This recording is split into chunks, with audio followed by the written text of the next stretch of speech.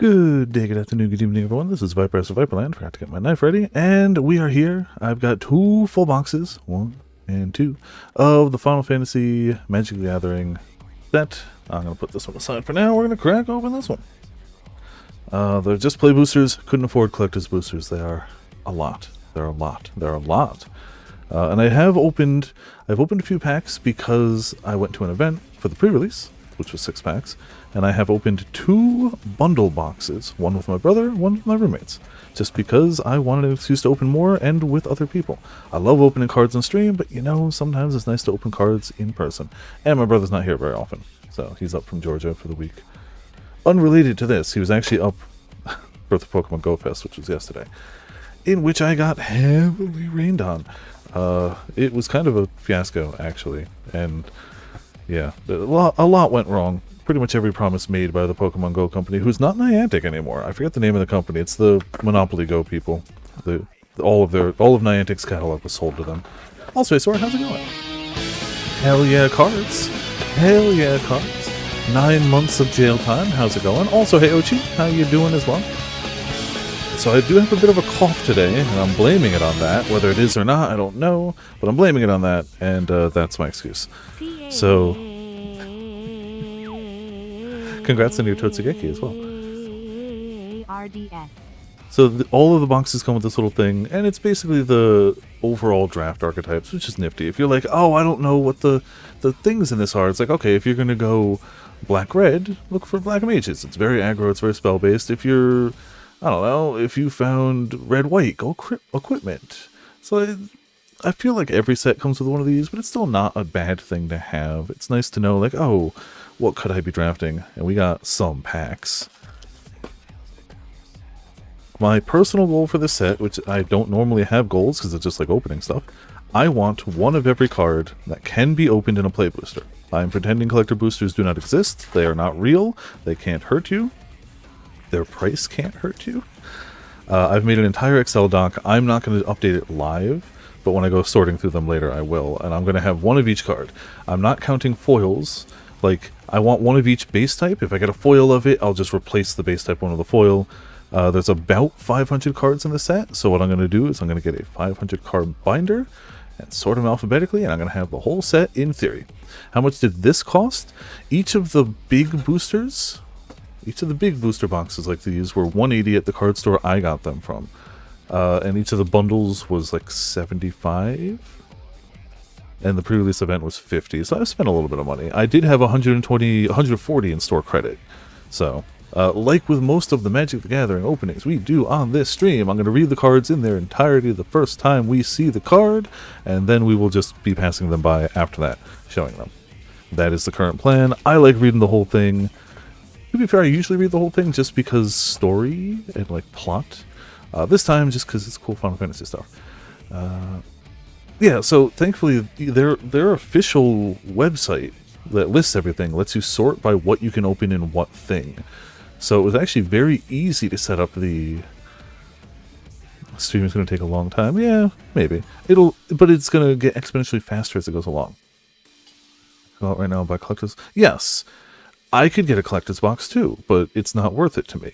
I would... For the same price as a collector's box, I could buy, what, 5, 6 more play booster boxes, and I'd much rather do that. So we start out our opening spree with Cornered by Play. Oh, I also made a playlist of just a bunch of Final Fantasy music. It ends up being 14 heavy just because 14's soundtrack is massive, but it's not exclusively 14. There's a bunch there. Target opponent sacrifices a creature of their choice, and you make a 1/1 black wizard creature token with whenever you cast a non-creature spell, this token deals 1 damage to each opponent. So the wizard creature tokens can be nutty. It's nuts because they're free blockers if you need them, as long as the opponent doesn't have trample. But if you can get a bunch of them out and start casting inexpensive red-blue spells, even black spells, they start pinging for a lot. Could you call them black mages? The dark spawn of the mist, the soul cage. For now, I'm going to do my usual sorting of commons, rares. I don't think I'm going to worry about the foils right now. Gobu Gardener, plant beast. It gives you a mana. The parasitic moss that grows in the folds of the Gobu's back is highly valued as an ingredient in various potions and medicines. I like the Gobu art. I like the art of most of these cards, actually. Scorpion Sentinel, everyone's favorite. I mean, let's be honest, for the majority of people my age, this was our first Final Fantasy boss, right? Like, it may not be the best Final Fantasy boss, the most iconic Final Fantasy boss, but this was my first Final Fantasy boss. As long as you control 7 or more lands, this creature gets 3-0. Oh, that's not too bad. A 1-4 early game that gets bigger late game. Better be careful. Attack while its tail's up, and it's going to counterattack with its laser. Yeah, it sure will. Corel, a cat beast. Tap it to tap target non-enchantment creature. A lean and limber predator whose whiskers acquire charge from naturally occurring electric particles in the atmosphere. Yeah, we've all been blasted by one too many Corels in our time. It's just how it goes. Call the Mountain Chocobo. Search your library for a mountain card. Reveal it, put it in your hand, shuffle. Create a 2/2 bird creature token with whenever a land you control enters. This token gets 1/0 until end of turn. Its landfall get a bit bigger, but it's flashback, so you can do it again later in the game, which is nifty. Though, for how expensive it is, not that much later. But if you're already guaranteed to get another mountain, yeah, it's only, what, 1 turn later? If you're following all your land drops. Iron Giant did well for me. I went 1-2 because I go 1-2 in every event I play. But Iron Giant is deceptive because there's a good amount of ways to ramp up to 7. And 6/6 Vigilance Reach Trample is kind of hard to deal with. Though there is artifact removal in the set. So, yeah. The Iron Giant is both hostile and powerful, using its giant blade to fell its foes. The mere mention of its name strikes fear in the hearts of drivers who know how perilous the roads are at night. Oh, so specifically the 15 Iron Giant. Yeah, they're sure. Yeah, so you can suplex the Iron Giant out of your way. That did not happen to me. A fun thing is, my promo card for the event was the Fire Crystal, which gives all your creatures haste. So this guy actually was a 6/6 Vigilance Reach Trample that could attack turn 1. And that was fun. That was a good time. This is another deceptively powerful card. Vincent's Limit Break, besides just being dope, it's a tiered spell. So you always pay that amount, and then you can pay more for extra effects. And to the end of turn, target creature you control gains. When this creature dies, return it to the battlefield tapped under its owner's control, and has the chosen base power and toughness. So most people misread this. Most people read it as until the end of turn, target creature control gains, and then the rest of it is 1 box of checks, but it's not. The quotes end there. So the second you cast this, the creature becomes that power level. And then if it dies, it comes back. So you can instantly make it stupid big. Also, hey Pots, how's it going? Congrats on 5 months of jail time. Hope you're having a good time. Hope your weekend's going alright. This is still pack 1. We're going slow because we're actually reading the cards, but it'll definitely speed up. I can't save you. That's up to Ramen. I can't. Ramen's too powerful. Ramen's taking over the stream. Congrats on the pitch, too, though. Summon Primal Garuda. So the way these work is they are creatures, and this is a flying 3/3, but when it enters, you put a counter on it, and then at the start of or after your draw step, you add 1 to that number. When it hits the last number, you get the effect, and then you sacrifice it.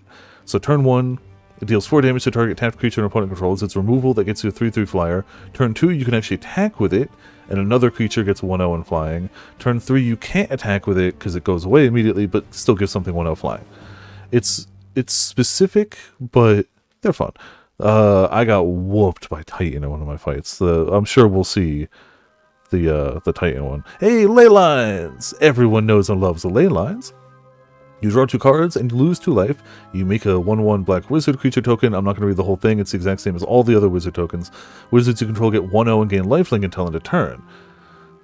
So that's pretty spiffy. If you already have a bunch of 0/1 tokens and all of a sudden, oh, they can attack. Also, each one of them has already pinged because this is a non-creature spell. Yeah. Ignis! I love the theming of Ignis. Also, hey Ramen, how's it going? Yeah, healers adjust, obviously. How you doing? Welcome to Viperland in the chat. 2 people you've thrown in jail have had their jail anniversaries today. When he enters, you can look at the top 6 cards of your library. You can put a land card from among them into the battlefield tapped. Put the rest on the bottom of the library in any order. That one I'm not really sure about. Like, it's cool, it's useful. I guess he's good at exploring. You could argue the entire 15 cast is good at exploring. That's kind of what they do. I don't get the top bit, but the bottom bit, I've come up with a new recipe. You can pay a little bit and tap them. Exile a target card from a graveyard. If it's a creature card, you get a food token. So you can get rid of something that's dead. If it was a dead creature, you turn it into food. Love it. Simple, effective, great. Just food. Our first double-sided. Garland, King of Cornelia. Whenever you cast a non-creature spell, you surveil once. You get to look at your top card and either put it back on top or go, nah, I don't want that, put it in your graveyard. And for a boatload of mana, return this card from the graveyard. So it has to have died. Also, hey, Ark, how's it going? This set is wonderful. Chaos indeed. It has to have died, then you pay all that mana, and it comes back transformed. I, Garland, will knock you all down. And it comes back as Chaos, the Endless. A flying 5/5. When Chaos dies, put it in the bottom of its owner's library. So it never truly goes away. It just, continues the cycle. Even as you die again and again, I shall return. Bottom of the library sounds bad, but there's so many ways to search for cards and shuffle libraries. It's not actually that bad. Our first pack rare, Bartz and Boko. Our affinity for birds, there's a bunch of birds in the set, most are chocobos. So this spell costs 1 less for each bird you control, so if you get a bunch of birds out early, this is a fairly inexpensive. When Bartz and Boko enters, each other bird you control deals damage equal to its power to target creature an opponent controls. So all of your birds team up on one thing the enemy has and punch it, or kick it, I suppose. Call me Bartz. Me and my chocobo just go wherever the trail leads us. You can very much make a bird up deck, yes. Anybody who played Final Fantasy VIII remembers this exact moment where you're like, yeah, that's the training center, it'll be fine, and this shows up out of nowhere. Blom T-Rexwar. A trample 6/6 for 6. When this creature enters, you gain 3 life, and if you don't think you're going to get the mana for it, you need a forest, you can pay 2, discard this, and search for a forest. Sometimes it's better to run, or blind it and get more EXP than you know what to do with. Hey, Minga Gaga! Reactor Town. This land is tapped and you can tap it for red or green. The Shinra people told us that everyone would be happy once the reactor was built, but all it brought us was sadness. I will be saying that every time I find that. We've got a hero token, and we've got a robot warrior token. Cool. I did forget to put the actual rare over with the rares. Cool. Yeah, good land card. Kangaga. Yeah, I am convinced that all of the hero cards, they haven't said it, but I'm convinced that all of the hero tokens are developers' 14 characters. They haven't said it. But, come on. All of the tokens are definitely developer Warriors of Light, right? Definitely. Because there's, 6 different ones, and they're all different 14 characters, and it's yeah, okay. I understand. Had to get a brand new garbage bag for this today. Alright, we've got Quitra Beforia, a zombie horror. When this creature enters, choose 1. Destroy target creature that was dealt damage this turn. So if you ping something for a little bit but it doesn't end it, this ends it. Or exile up to 2 cards from a single graveyard. If something's got flashback or they're going to do something funky with it, just be no, don't do that. They willfully attain an undead existence to serve their foul mistress for eternity. As they do. Commune with Beavers! Love this card. Want a foil of this, just for the sake of it. Look at the top 3 cards of your library. You may reveal an artifact, creature, or land card from among them. Put it in your hand. Put the rest on the bottom of your library in any order. Guy Speak Beaver. It's a perfect card. It's perfect. It's perfect. Commune with Beaver. Ice Flam. When this creature enters, tap target artifact or creature an opponent controls. Put a sun counter on it. Again, this has got a lot of things to do with artifacts because there's a lot of decent artifacts here. Sun counters are underrated. That gets rid of something for a little bit, basically. Or you can island cycle it because this is expensive if you need that island, Summon Chocomog. I used this before. Or I used this in my pre-release. It is a 3/3 creature. On every turn, it just gives everything else you have besides itself an extra attack. Simple, effective, useful. Work, Kupo. Item Shopkeep. I should have used this on my deck, but I didn't.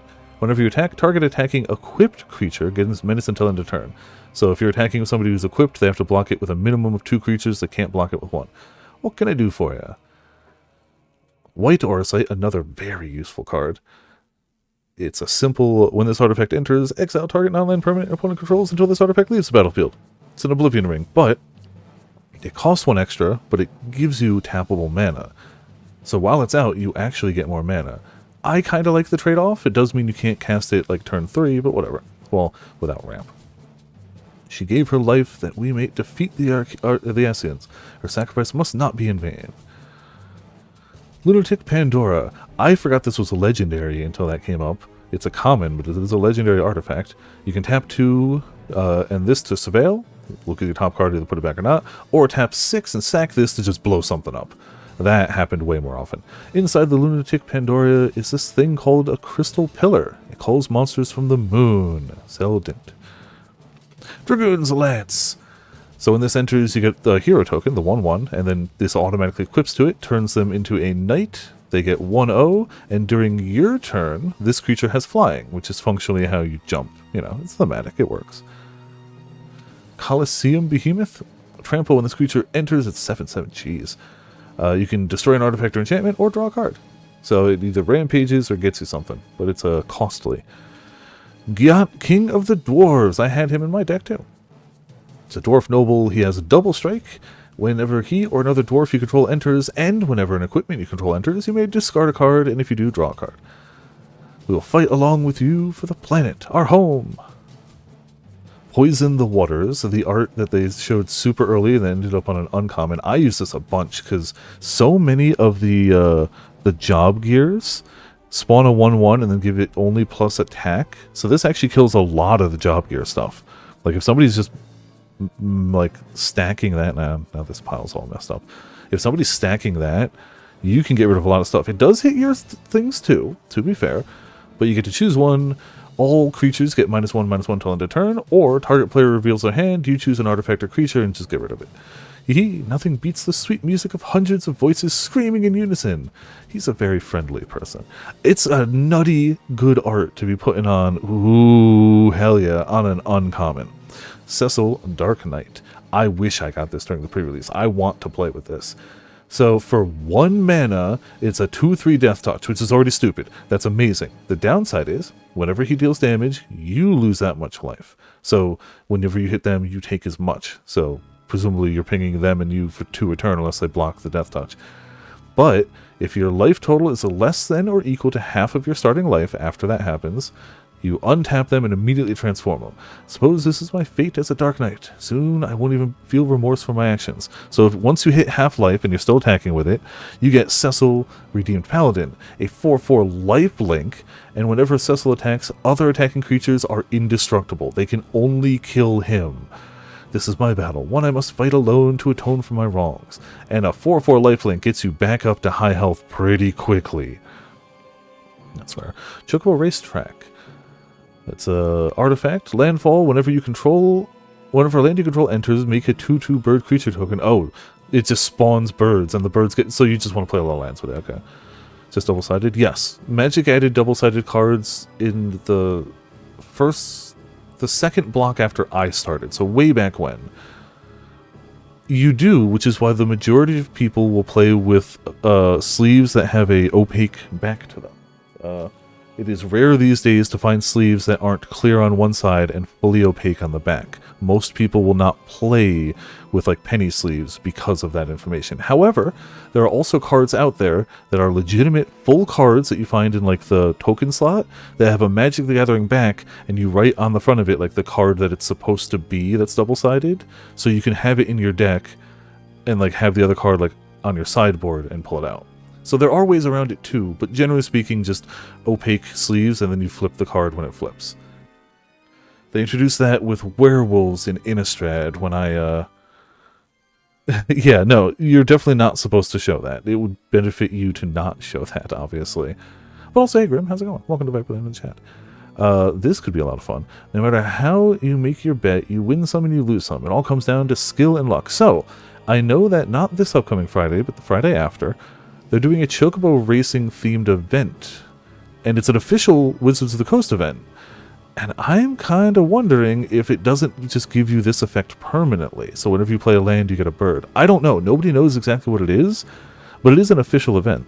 There's our full art mountain, the nice squad of adventurers going through too, and our token is a different hero token, somebody's bard, whoops, and the back is a frog, with a Q slightly watching. Alright, like I said, this is only pack 3, but we will speed up once we start hitting duplicates. Are these cards in the online sim? Yes, I think. Haven't actually played the online sim. Like, I play Arena, but I know what you're talking about, the other one. I forget what it's called. It's like Untapped or something. They should be. Yep, so we saw the quick draw for Commune with Beavers we saw. Ice Flan we saw. See some of the... Damn, this is just the same pack in commons. This is the same pack in commons. Here you go. World map.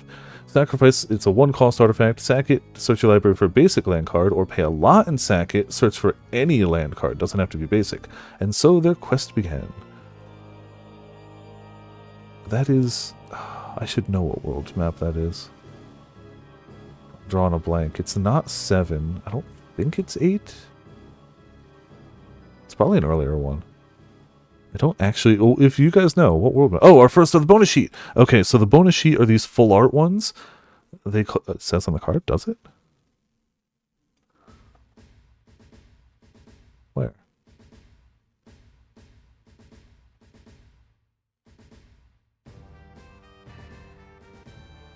Bravo? It just says Final... Oh! Final Fantasy 1. It does! It totally does! I didn't notice that. Thank you.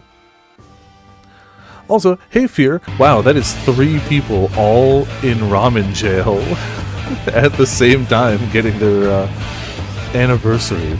Also, hey Fear, how's it going? Congrats on continuing your jail time. _ramen for my sub gift. It's and been 49 months already. Jeez. My God, I'm old Viper of prison. Yeah, I feel that. The bonus sheet is what they call these cards. There's a whole bunch of them. I think there's 3 from every game. They're in roughly 1 in 3 packs. They cannot be foil in a play booster, but you can get all of them in play boosters. They can't be foil in play boosters. And all of them are existing cards that just have new art and a different title. So this was originally Flynn, but now it's Vayne.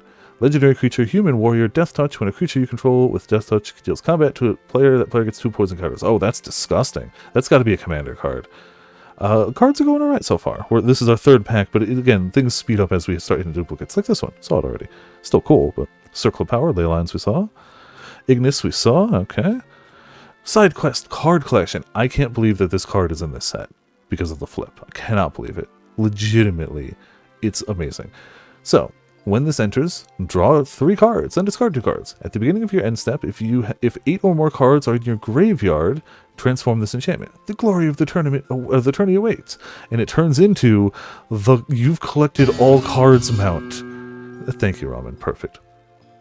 They actually added the mount to this game. And I dropped it.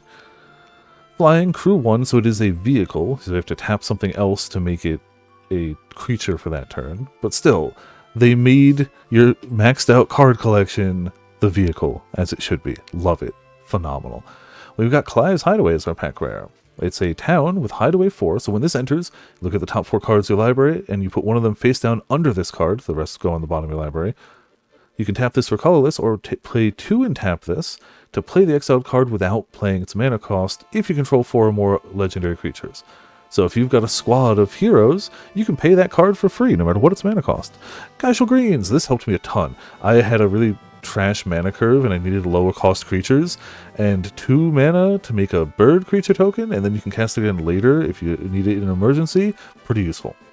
I would not say it was my best plan, but I was in my colors. I was really lacking low cost creatures, but I had 2 of these, and they helped out a ton. Migangaga again. This one's not foil though.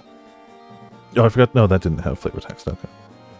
And we've got a bird token and a wizard token. Pretty useful. I should be putting the tokens separate, but I'm not. We'll do that later. I'm going to have to sort through all this later, which I'm actually kind of looking forward to. Ah, damn it. Opened weird. It just kind of... Well, do you know what? Fine, we'll do that. Who cares? Oh, we get an art card in this one. I am collecting all art cards, too. I legitimately want to get every art card. There are 53 of them. 53. I want to get every art card, and I want to put them on like a backing and frame it. I think that'll look really cool. Like, really cool. And some of the all the art cards are great. Marlboro! It's a plant horror, because duh, it's expensive, but you know. It's a 4/4. When this creature enters, each opponent discards a card, loses 2 life, and exiles the top 3 cards of the library. It just does bad stuff, as it should. But if you can't afford it, you can swamp cycle it, pay 2, and discard it to go find a swamp. I like things that cycle because I get mana screwed often. Oh my god. Okay, so your standard 40 card deck for a pre-release has usually either 24 playable cards and 16 lands, or 23 playable cards, 17 lands. I usually go a split, I go 24 and 17, so I get one extra card in case it goes to turns, it goes to the end of it, and like somebody's going to get milled to death, I'll have the extra card. It's a superstition, I'd keep the extra card, whatever. But the point is, I use the recommended amounts of lands. In fact, I usually run one more.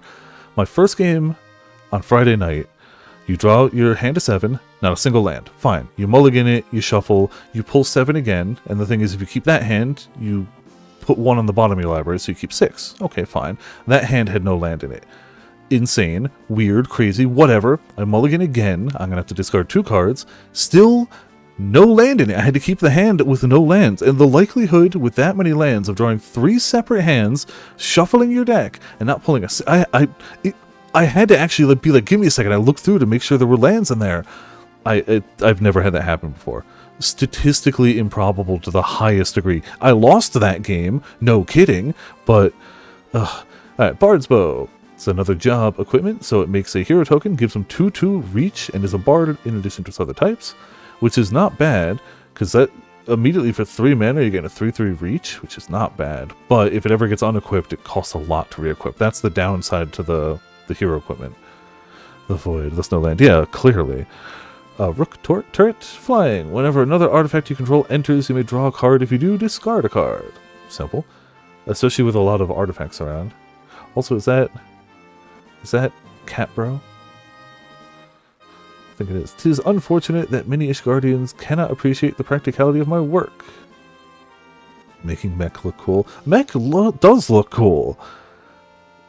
I love the theming of this card more than most in this set. This is one of my favorite thematic cards. It's the Aerith Rescue Mission. You get to choose one. You take the elevator, in which case you get 3 fully rested, good to go 1/1 hero creature tokens, or you take 59 flights of stairs, where you get to tap up to 3 creatures and stun them so they don't untap for a turn. I love this card.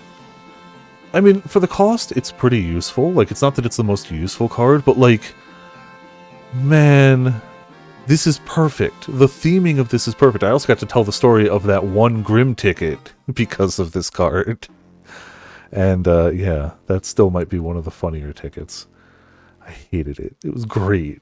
Light of Judgment. Light of Judgment deals 6 damage to target creature. Disrupt 1 equipment attached to that creature. This is evil, but it's expensive, so, you know. I was there. I saw when Kefka used his Light of Judgment to torch the village of Molbliz far to the east.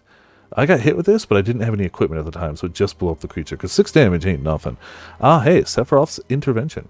Destroy target creature. You gain 2 life. Simple. Fate is not to be taken lightly, Cloud. An instant kill spell. It's a little more expensive than most other kill spells, but you do gain some life off it. So it's gotta be pricey. Yeah, makes sense. Adventurer's Airship. It's a nice vehicle for 3. Flying. When it attacks, draw a card, then discard a card, but it takes 2 powers worth of creatures to crew it. Whereas a lot of the other vehicles in the set tend to be 1 power, not exclusively, I guess. Hey, our second of the bonus sheet, we get Emmett Selk Asian, which is actually Kurik, son of Yohamoth. Legendary creature, Phyrexian horror minion. Lifelink for each black mana cost. In a cost, you may pay 2 life. Oh, this was the commander of the guy who whooped my butt and had, like, the strongest card I could have out ever in their turn 2. This was their commander. It just was that card, not Emmett Selk. But it's the, you know, just new art. Yeah, that was a disgustingly powerful card in a mono black deck. Disgusting. It's cool that it's Emmett Selk. And it's rare. These do have rarities, but they don't have a symbol, so you can tell by the color of the little prism down there. Torgal, a fine hound. He sure is. Whenever you cast your first human creature spell each turn, that creature enters with an additional 1/1 counter on it for each dog or wolf you control. And you can tap Torgal to just give you a mana of any color. Thank you, Torgal, for never giving up. Damn right. A fine, fine hound indeed. From 1/16 fine companion to another, Ambrosia Whiteheart. Legendary creature bird. It enters immediately. You can cast it as an instant with flash. When it enters, you may return another permanent you control to your owner's hand, so it gets it out of harm. Like, so if somebody's targeting your thing with a kill spell, you can flash this in, bounce it to your hand. Landfall, whenever a land you control enters, it gets 1/0 like all other, like, bird token creatures. So, yeah, cool. The Final Days. Create a 2/2 tapped black horror creature token. Excuse me. If this spell was cast from your graveyard, it said create X of those tokens, where X is the number of creature cards in the graveyard. That's disgusting. So you cast it for 4 mana and you get 2 2/2s. You flash it back from your graveyard at a much higher cost, but it basically gets you 2/2 for each creature you had in a graveyard. That's not bad. And this isn't a creature, so it doesn't count against it. Not shabby. Matoya, Archon Elder. Whenever you scry or surveil, draw a card. Cool. So all those cards that are like surveil 1, scry 1, you like put it on top or graveyard and then you immediately draw one. Don't you know it's rude to enter without knocking? Huh, the youth of today. Blazing Bomb, love the bomb. Whenever you cast a non-creature spell, if at least 4 more mana was spent to cast it, this gets bigger, like bombs do, and you can tap and sack it to deal its damage equal to its power to target creature, only as a sorcery.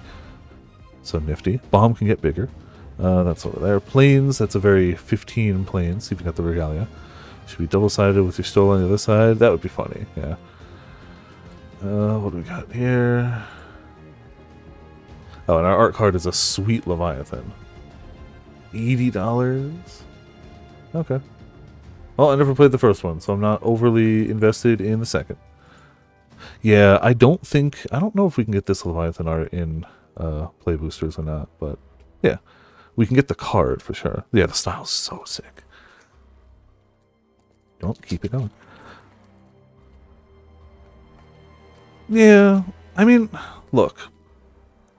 I hate to be that guy to give a counter opinion, but legitimately, video games have actually been on the cheaper side if you consider like historical pricing of video games. If you ignore extra transactions on it, we're talking base game price, we're talking box price, box games. They should have scaled up with inflation, with money. They've been $60 for a long time. Now, that was part of the original reasoning that microtransactions were added, was to not increase that price, but also make the companies more money, which I don't like to side with big companies, but I get it. The prices haven't gone up, and yeah, I wish some of that money went to workers, but that's a separate argument, you know. I'm not hard against the increase in game price, but I absolutely am hard against an increase in game price that then also keeps all of the dirty microtransaction pricing problems that have plagued gaming for all these years, with the excuse of, oh, at least the base price hasn't gone up. You pick one. You get to pick one. But they're not going to pick one, they're going to pick both. That's the thing. Yeah. That's... And also, the cost to make games since they started being 60 has gone up so exponentially. Like, but so have the number of games sold in general, maybe not necessarily that game. So, like, yeah.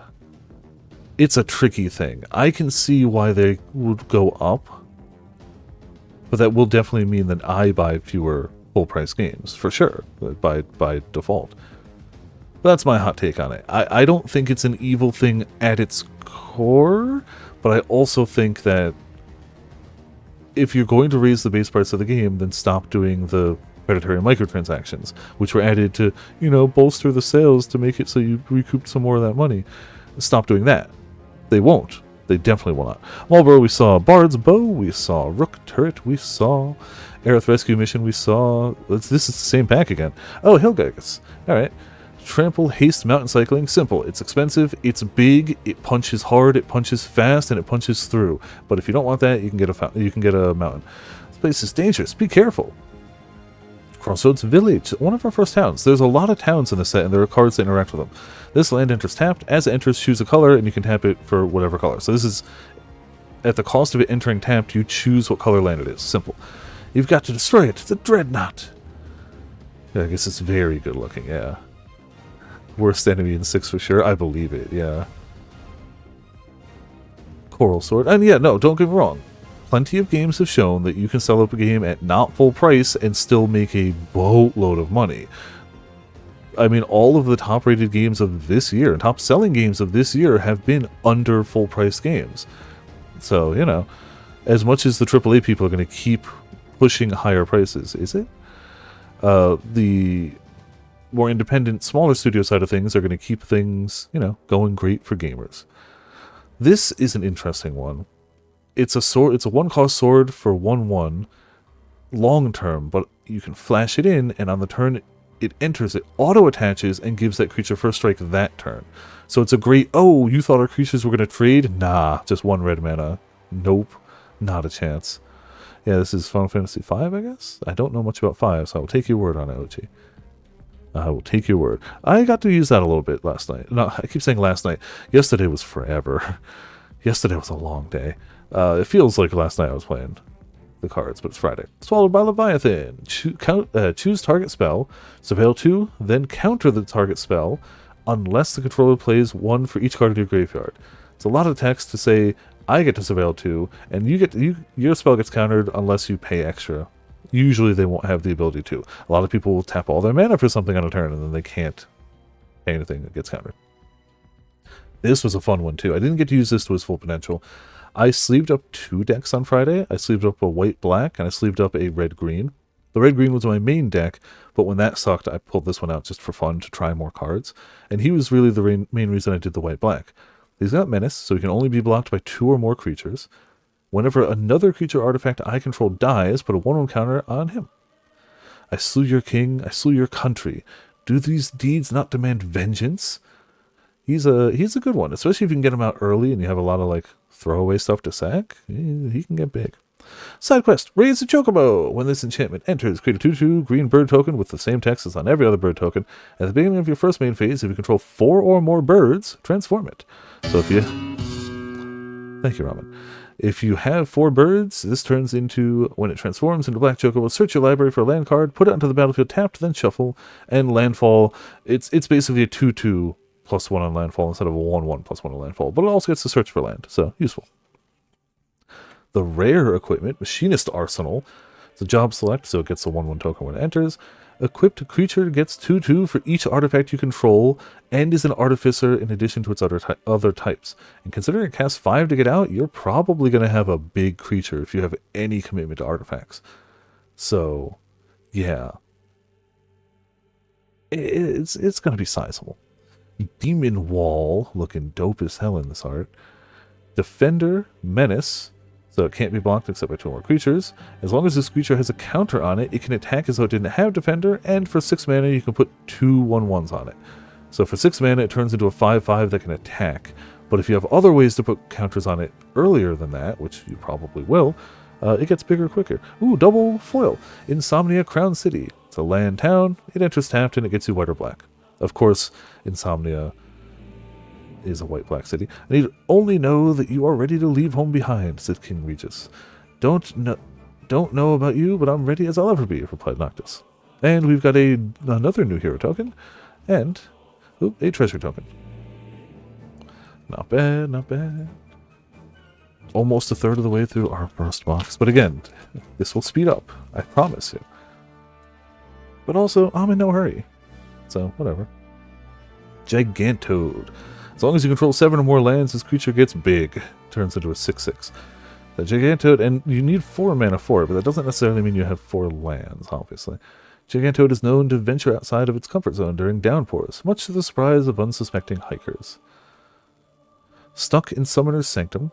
Flash, enchant artifact or creature, it gets tapped, and it doesn't untap.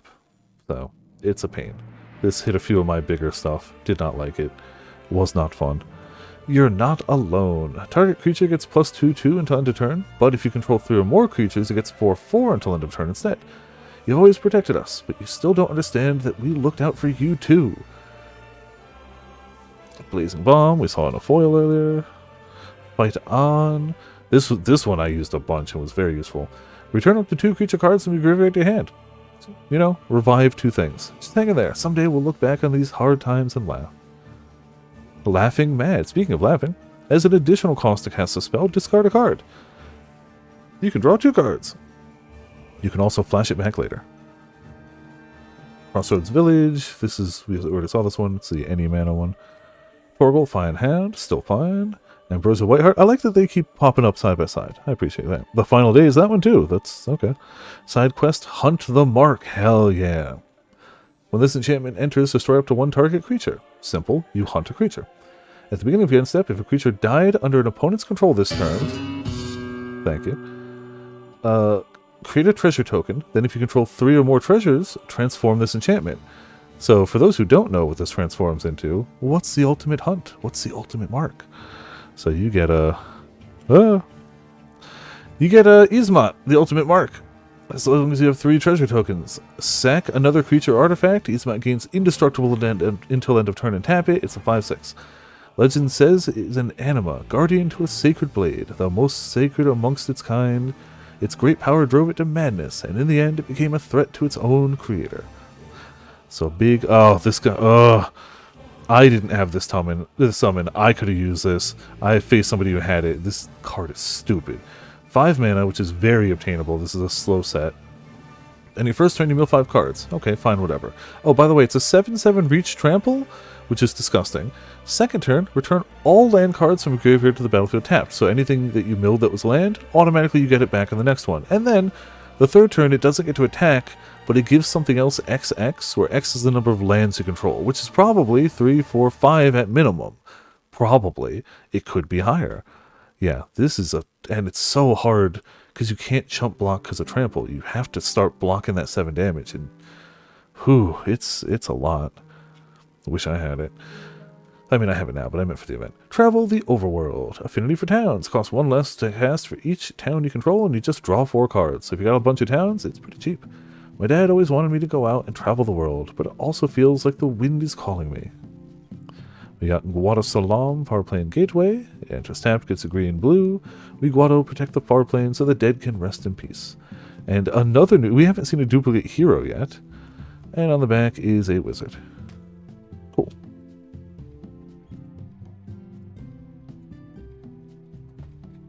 Keep it going. More packs. Ah, art card on this one. Let's see what that one is when we hit it. And upside down. Sephiroth's Intervention, Gigantode, Stuck in Summoner Sanctum, You're Not Alone, A Blazing Bomb, a Monk's Fist, this one hurt too. Job Select, comes in with 1/1, equipped creature gets 1/0 and is a monk in addition to its other types. It's simple, but it still gets you turn 2, a 2/1. It's not that bad, but I still got punched by it. Hey, another bonus sheet. No duplicates yet. The Imperial City of Arcades. Wall of Omens. It's a creature wall. Defender, when this creature enters, draw a card.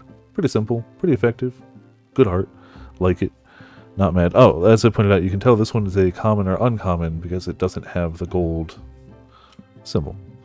Delivery Moogle, this was a nice one for me too. It's a little expensive, but it's a flying 3/2. When it enters, search your library and or graveyard for an artifact card with mana value 2 or less, reveal it, put it into your hand. If you search your library, shuffle. New letter has arrived for you, just for you, Kupo. Sometimes just gotta deliver the mail. Opera Love Song. Choose one. Exile the top 2 cards of the library. You may play those cards until your next end step. Oh, yeah. No. I just got a playlist of Final Fantasy music going.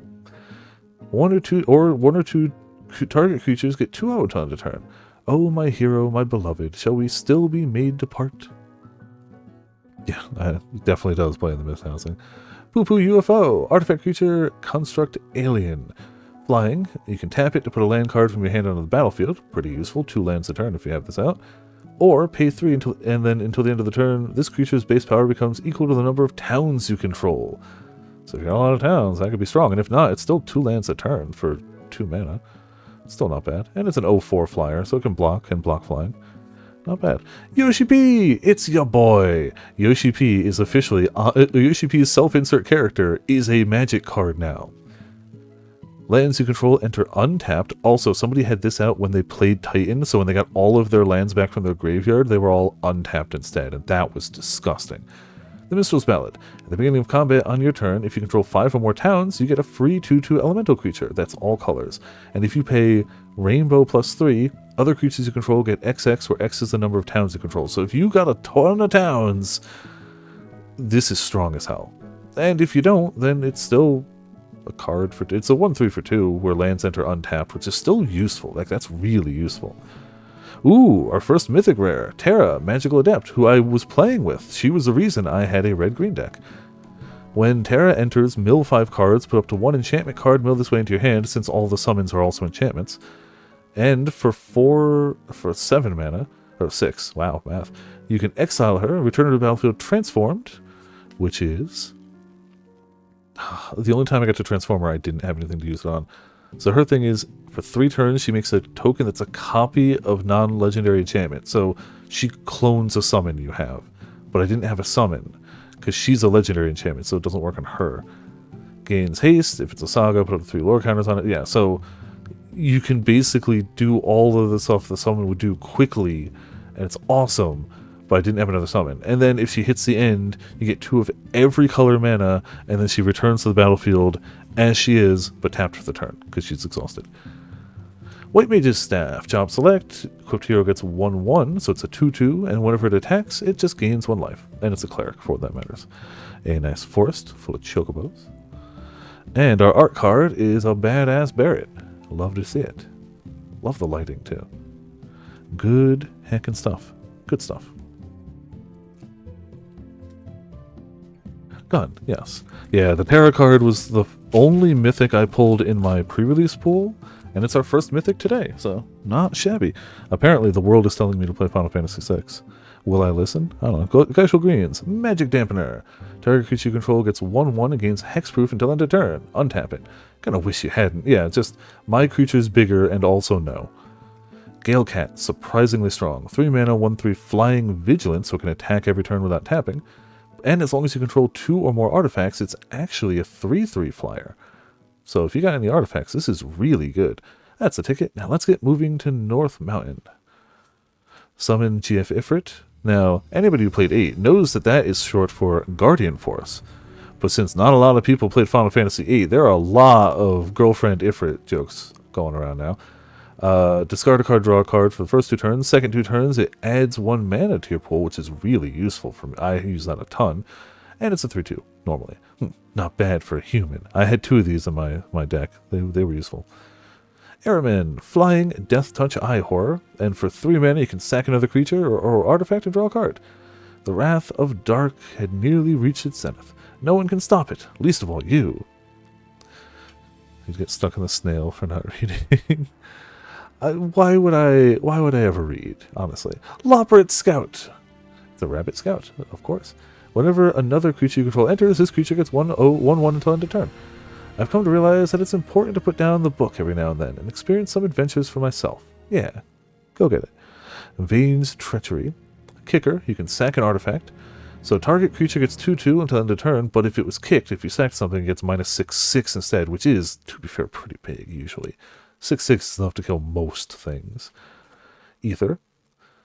Exile this artifact to add 1 blue mana. When you next cast an instant or sorcery spell this turn, copy it. You may choose a new target for that copy. It's a lot, but if you have enough to pay for this and to get a spell, copying it can be pretty nuts. I mean, obviously, copying spells is pretty crazy. A very fun removal spell. I use this too. So it's X red. It deals X damage to any target, and then you get a bird. Simple. The other colorations of chocobos tend to be quite violent, giving rise to the saying, yellow best for riding, hot else best for hiding. Death approaches! Yeah. Better skedaddle! So I got to cast that a bunch of times. This is another fun card. Diamond Weapon, expensive as hell, but it costs 1 less for each permanent card in your graveyard. So any creature, enchantment, anything that would stay around that's not a land, makes it cost less. It's an 8/8 with reach, and prevent all combat damage that would be dealt to it. This is the guy that kept getting tapped down by that Summoner Sanctum one, because you can't kill it with combat damage, but you can tap it. A tutelary creature said only to appear when the planet is in grave danger. Vanille, Cheerful Lissy. I want Fang of Vanille. I want that to happen. It didn't happen for me. I didn't pull either of them the other night, but it's gonna eventually. So, legendary creature, human cleric, cool. When Vanille enters, mill 2 cards, then return a permanent card from graveyard to hand. Pretty useful.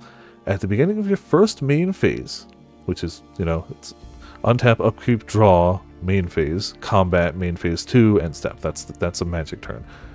So, the first time you can do anything. If you own and control Vanille and a creature named Fang, Fearless Lassie, you may pay 5 mana, and if you do, exile them and meld them. And the way meld works is 2 cards turn into 1. This is the back of one of them, and Fang would have the other back, and they form one big, chonky, stupid creature. And I want to do that, but I haven't yet. Also, pack rare, Aerith. First time seeing Aerith. I don't have one, actually. Human Cleric, duh. Lifelink, duh. When you gain life, put a 1/1 counter on Aerith. So if you swing with her, she does 2 damage. Lifelink, you gain 2 life. She's bigger. Next turn, 3. When Aerith dies, you can put X 1/1 counters on each legendary creature control, where X is the number of 1/1 counters on her. So the more counters she gets, by the time they finally kill her, she spreads that to all other legendary creatures. And basically all of the like protagonists and villains from Final Fantasy in this set are legendary creatures. This set has more legendary creatures than I think any other set ever. Don't quote me on that, but I'm pretty sure. Paladin's Arms, job select. Equipped creature gets 2/1, has ward 1, and is a knight in addition to its other types. So for 3 mana, you get yourself a 3/2 ward 1. So to target it, they have to pay 1 extra. Not bad. Not bad. Treno, Dark City, blue-black. There aren't many nobles living here. The nights are long. It's a great place for thieves. And another hero. We haven't duplicated a hero yet. There's that many. And food. There's that many different hero tokens, which definitely makes me think it's just the devs' Warriors of Light. Like, come on, right? Like, it has to be. Yeah, the Paladin one looks good regardless, but it looks really sharp in foil. I have a regular of it, but that was my first of the foils. It does look very good. Alright, fight on! Nice revival. Casual Greens, Magic Damper, Gale Cat, Summon GF, Grand Pulse Ochu, Death Touch. It's a 1/1 Death Touch for 1, which is already kind of okay. A Death Touch creature is a huge deterrent, unless they have flyers. But you can pay 8 mana, which is a lot. Until the end of turn, this creature gets a +1 for each permanent card in your graveyard. If it's late game and they killed a bunch of your stuff, this is big. A mysterious beast that has grown large on its journey across Grand Pulse. Its children, known as Microchews, accompany the Ochu in combat against adventurers. Instant ramen! I got this. I got to play this. It was fun. When I play limited Magic, there are 2 promises I've made to myself. I will always play instant ramen if I have it. And I will always pick and play the side quest Catch a Fish. Mind you, that's barring... Time to send ramen. That's barring, like, a really big fancy... Like, if I open my first pack in a draft, and the choice is, like, Sephiroth or Instant Noodles, I'm gonna pick Sephiroth. But, like, you know, when possible, I will always pick Instant Noodles and the fishing card, and if I pick them, I will play them. So I'm gonna be splashing white in almost every time I play this set, just for the fishing side quest. But Instant Noodles is perfectly thematic. A food token in Magic is an artifact that lets you sack it, pay 2 and sack it to gain 3 life. This is that, but it's also flash, because it's instant, and for the little extra mana cost, you get to draw a card when it enters. So, it's a quick food card that gives you an instant burst of energy. It's not about finding the single best ingredient, it's about crafting the perfect blend of meat, egg, and shrimp. That harmony of flavors is key. Waltz number 3. It's a 4-cost flying Death Touch 2/2. Whenever you cast a non-creature spell, Black Waltz number 3 deals 2 damage to each opponent. So the regular black mages deal 1 damage, this does 2. You fool, do I look like some lowly black mage soldier? The art is very good, yes, agreed. The Prima Vista. Flying vehicle. Whenever you cast a non-creature spell, if at least 4 mana was spent to cast it, the Prima Vista becomes an artifact creature until end of turn. So you don't have to crew it if you cast a big spell, which is nifty. Otherwise, you crew it for 2, it's a 5/3 flyer. Evil Reawakened. Return target creature card from your graveyard to the battlefield with 2 additional 1/1 counters on it. It's pricey, but if they had to work hard to kill something that was big and expensive, you bring it back bigger. Golf, it's good to see you again. Yeah, so this could be useful. I never got one of these. That would have been really nice. Hey, Renoa! Didn't get hurt either. That's my first one. When Renoa Hartley enters, create Angelo, a legendary 1/1 green and white dog creature token. Angelo Cannon. Whenever Renoa Hartley attacks, another target creature you control gets 1/1 until end of turn for each creature you control. Nifty. I love that she brings Angelo along, as she should. Ooh, our second mythic, Nibelheim Aflame. I got an alternate art of this during the event. I ran it, but I never got to cast it. Choose target creature you control. It deals damage equal to its power to every other creature, friendly or otherwise. If the spell was cast from a graveyard, discard your hand and draw 4 cards.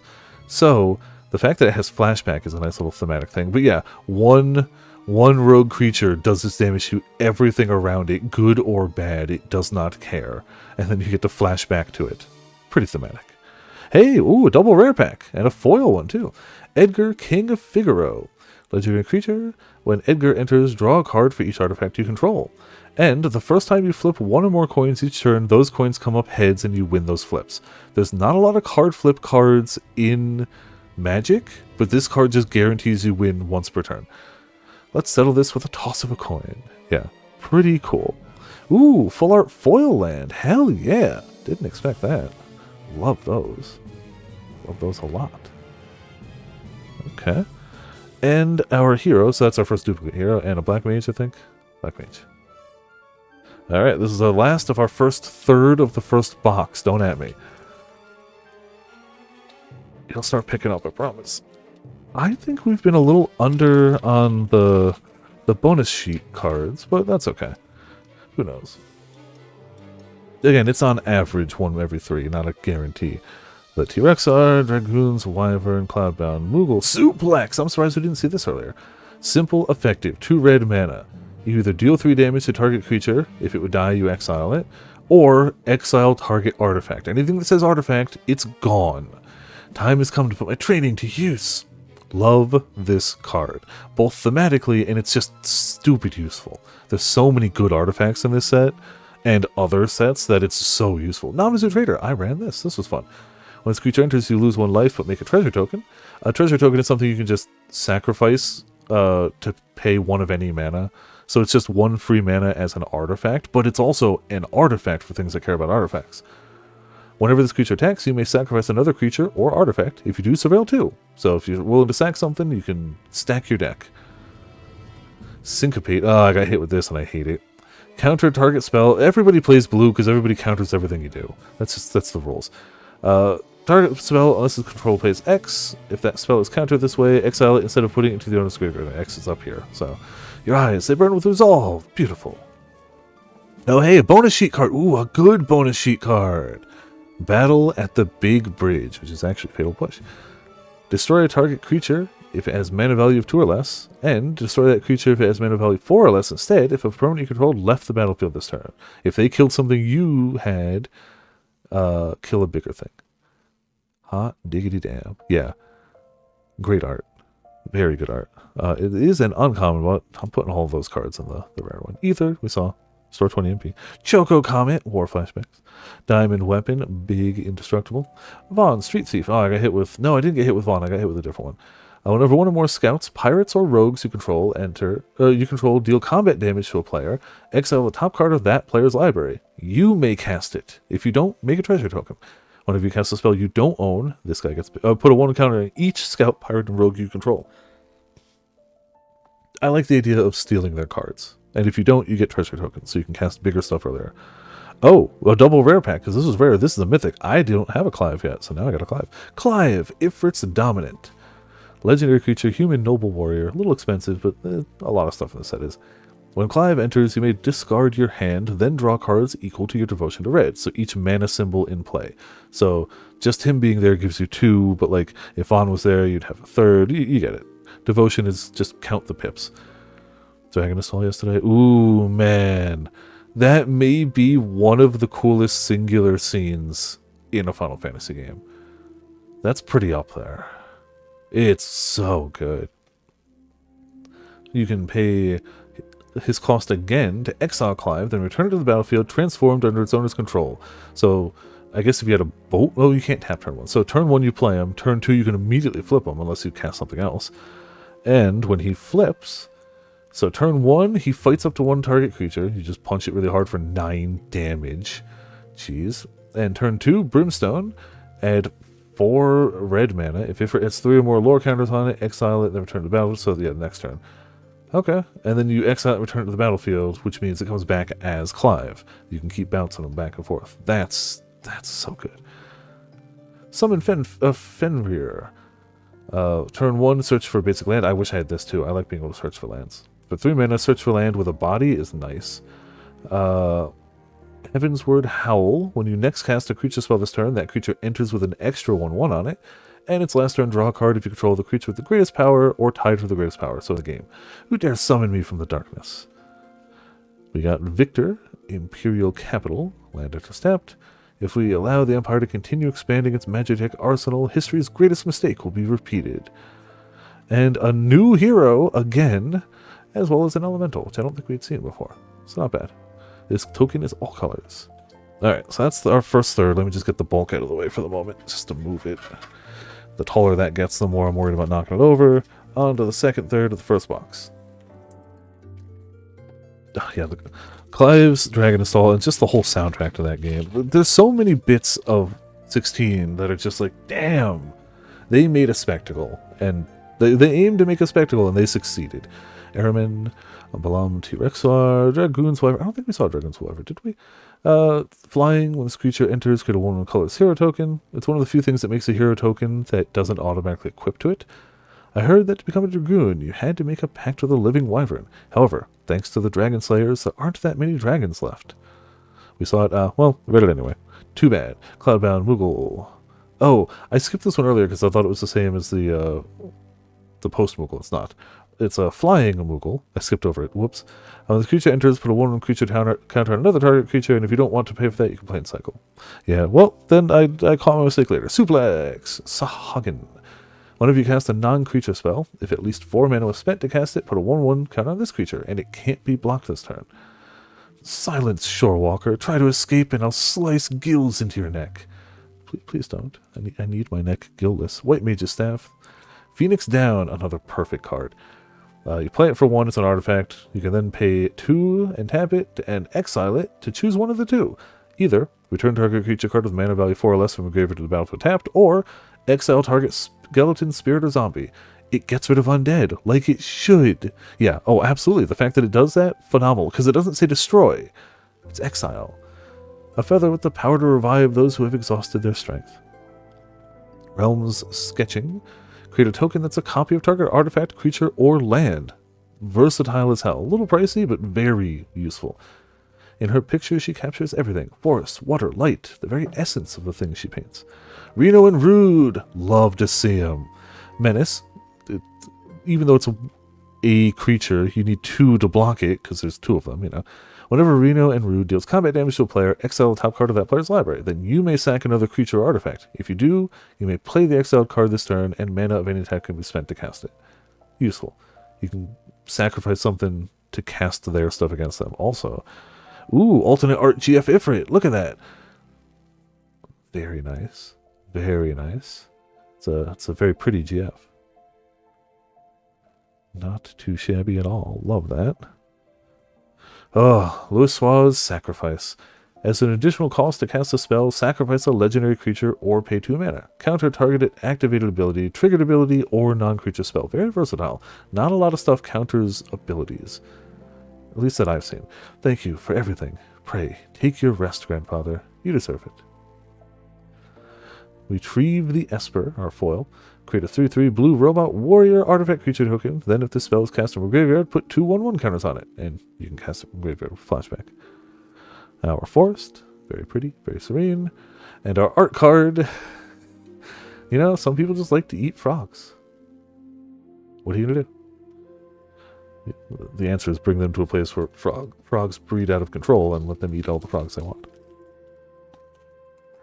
Yeah, I still stand by, if I ever play the Ghost Train and somebody suplexes it, I have to concede that round, right? Like, I have to concede the game. It's the rules, right? Airship Crash. Destroy target artifact, enchantment, or creature with flying. Green really likes to blow up non-natural things and kill flyers. So this is a very green spell. Just our luck to crash in this forest. It's going to be interesting. Retrieve the Esper. Hey, look, we just saw it in foil. Fate of the Suncrist. This spell costs 2 less if it targets a tapped creature. Destroy target non-land permanent. Oh, wait, the flavor text. You would have me destroy the Empire? Is this my duty? Is this what you want? Alicia Benagin Dalmasca. I always forget her middle name. Red Mage's Rapier. It makes a hero token and auto equips. When you cast a non-creature spell, the creature gets 2/0 until end of turn. It's a wizard in addition to its other types. So it's kind of like Black Mages, where it does something when you cast a non-creature spell, but it makes it punch harder instead of dealing face damage. The other side of things is the Black Mage's Rod, which does exactly what a Black Mage does. It gets 1/0 and has, whenever you cast a non-creature spell, it deals 1 damage to each opponent, and is a wizard in other types. So yeah, both. This gets you a 2/1 that pings things. This gets you a 1/1 that turns into a 3/1 or bigger every time you cast a spell. Both pretty useful. Blitzball! You can tap it for 1 mana of any color, or goal! You can sacrifice it, draw 2 cards, activate only if an opponent was dealt damage by a legendary creature this turn. Very specific. Why this song? I just added so much music. I'm not skipping it though. Sorry for the flashbacks. Adventure is in. Enters tapped, gain 2 life, add a colorless mana. Simple, but it counts as a talent. Welcome. We have room for 200 gil a night. Would you like to stay and rest your body and mind? Queen Braun. Prowess. Whenever you cast a non-creature spell, this creature gets 1/1 until end of turn. And whenever she attacks, she makes a black wizard creature token, with the usual attacks for black wizard creature tokens. The Gold Saucer. It's a land town. You can add a colorless, and you can flip a coin if you win. Create a treasure token, so if you have Edgar, you're always making a treasure token. And you can sack 2 artifacts, select treasure tokens, and draw a card. So you can guarantee a colorless mana, you can gamble to make a treasure token, and you can take your winnings and turn them into cards. It's the Gold Saucer. After relaxing at Costa del Sol, stop by the Gold Saucer. It's a rich and exciting place to play. Cloud of Darkness, my main in Dissidia, for a good while. Mostly because the AI didn't know how to deal with their laser beam at all. Even though I never played 4? 3. I never played 3, but the AI didn't know how to deal with their laser beam. So, you know. Flying. Particle Beam. It sees the 3/3 flyer. When Cloud of Darkness enters, target creature an opponent controls gets minus XX until end of turn, where X is the number of permanent cards in your graveyard. Cool. We are the Cloud of Darkness, bringer of wrath and destroyer of light. Aetherian. Haven't seen him yet. Wild Rose Warrior. Hard pack rare. Equipped creatures you control have haste. Oh, excuse me, sorry. Whenever a non-token equipment you control enters, create a token that's a copy of it, except it has its equipment's equip abilities cost 2 less to activate. Sack that token at the beginning of the next step. Jeez. Cloning. Oh, double rare pack. Hell yeah.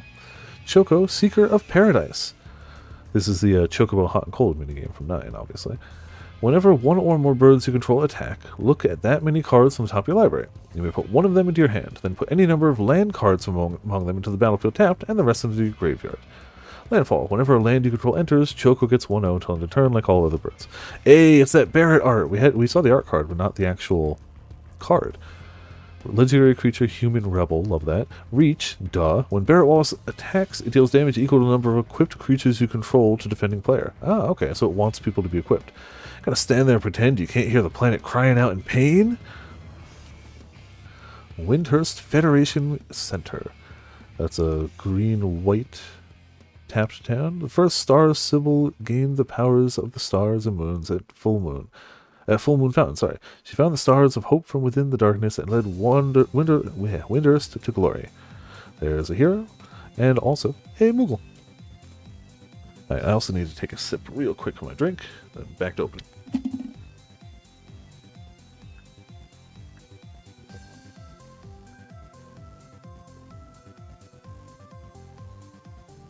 Yeah, this is the reason I don't go into front lines hoping to win. If I go into front lines, it's just for the daily. I get why Ramen went in for wins, and to be fair, it paid off long term. But I can't. I'd go crazy. Town Greeter. We're still seeing commons we haven't seen, like halfway through our first box. When this creature enters, mill 4 cards, put a land card from among them into your hand. If you put a town card in your hand this way, you gain 2 life. This is Cornelia, the City of Dreams. Level 25 PvP. Ugh, okay, cool. Yep, I'm okay with that. Ice Magic. Oh, this is also strong. 2 mana, but you can also pay more for better. You can either bounce something, target creature's owner puts it on their choice at the top or bottom of their library, or target creature's owner shuffles it into their library. Somebody shuffled my stupid diamond weapon on my library. I hated it. Everybody plays blue. because everybody wants to counter everything, and I just want big creatures.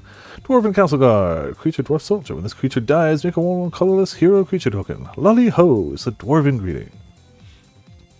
Thunder Magic. Another one you can pay a base amount and make it bigger. Either does 2 damage, 4 damage, or 8 damage. 8 kills almost everything. Undercity Dire Rat. Rat Tail. When this creature dies, create a treasure token. I finally worked out how to get to the door on the left side open. Hope there's something in there besides rats. Nope, it's rats all the way down. Monk's Fist, yep, 1-0. Instant Ramen. Cargo Ship, I don't think we saw. Flying Vigilant 2/3. You can tap it, add a colorless mana, but you can only spend that mana to cast an artifact spell or activate an ability of an artifact source. And it only needs 1 to crew. Fire Magic! Sorry. 1 damage to each creature for 1 mana, which is pretty decent. 2 damage to each creature, or 3 damage to each creature. Pretty strong. Hey, it's your boy! It's Gaius von Belsar! Legendary, he's only uncommon? Legendary creature, human soldier. This isn't 14 music? Correct? I added a bunch of Final Fantasies. It's just a Final Fantasy playlist, not a 14 playlist. The thing is, 14 overpowers a lot of them just because 14 has a extensive playlist or soundtrack. Can't believe. I mean, it was inevitable. But when Gaius von Belsar enters, choose 1.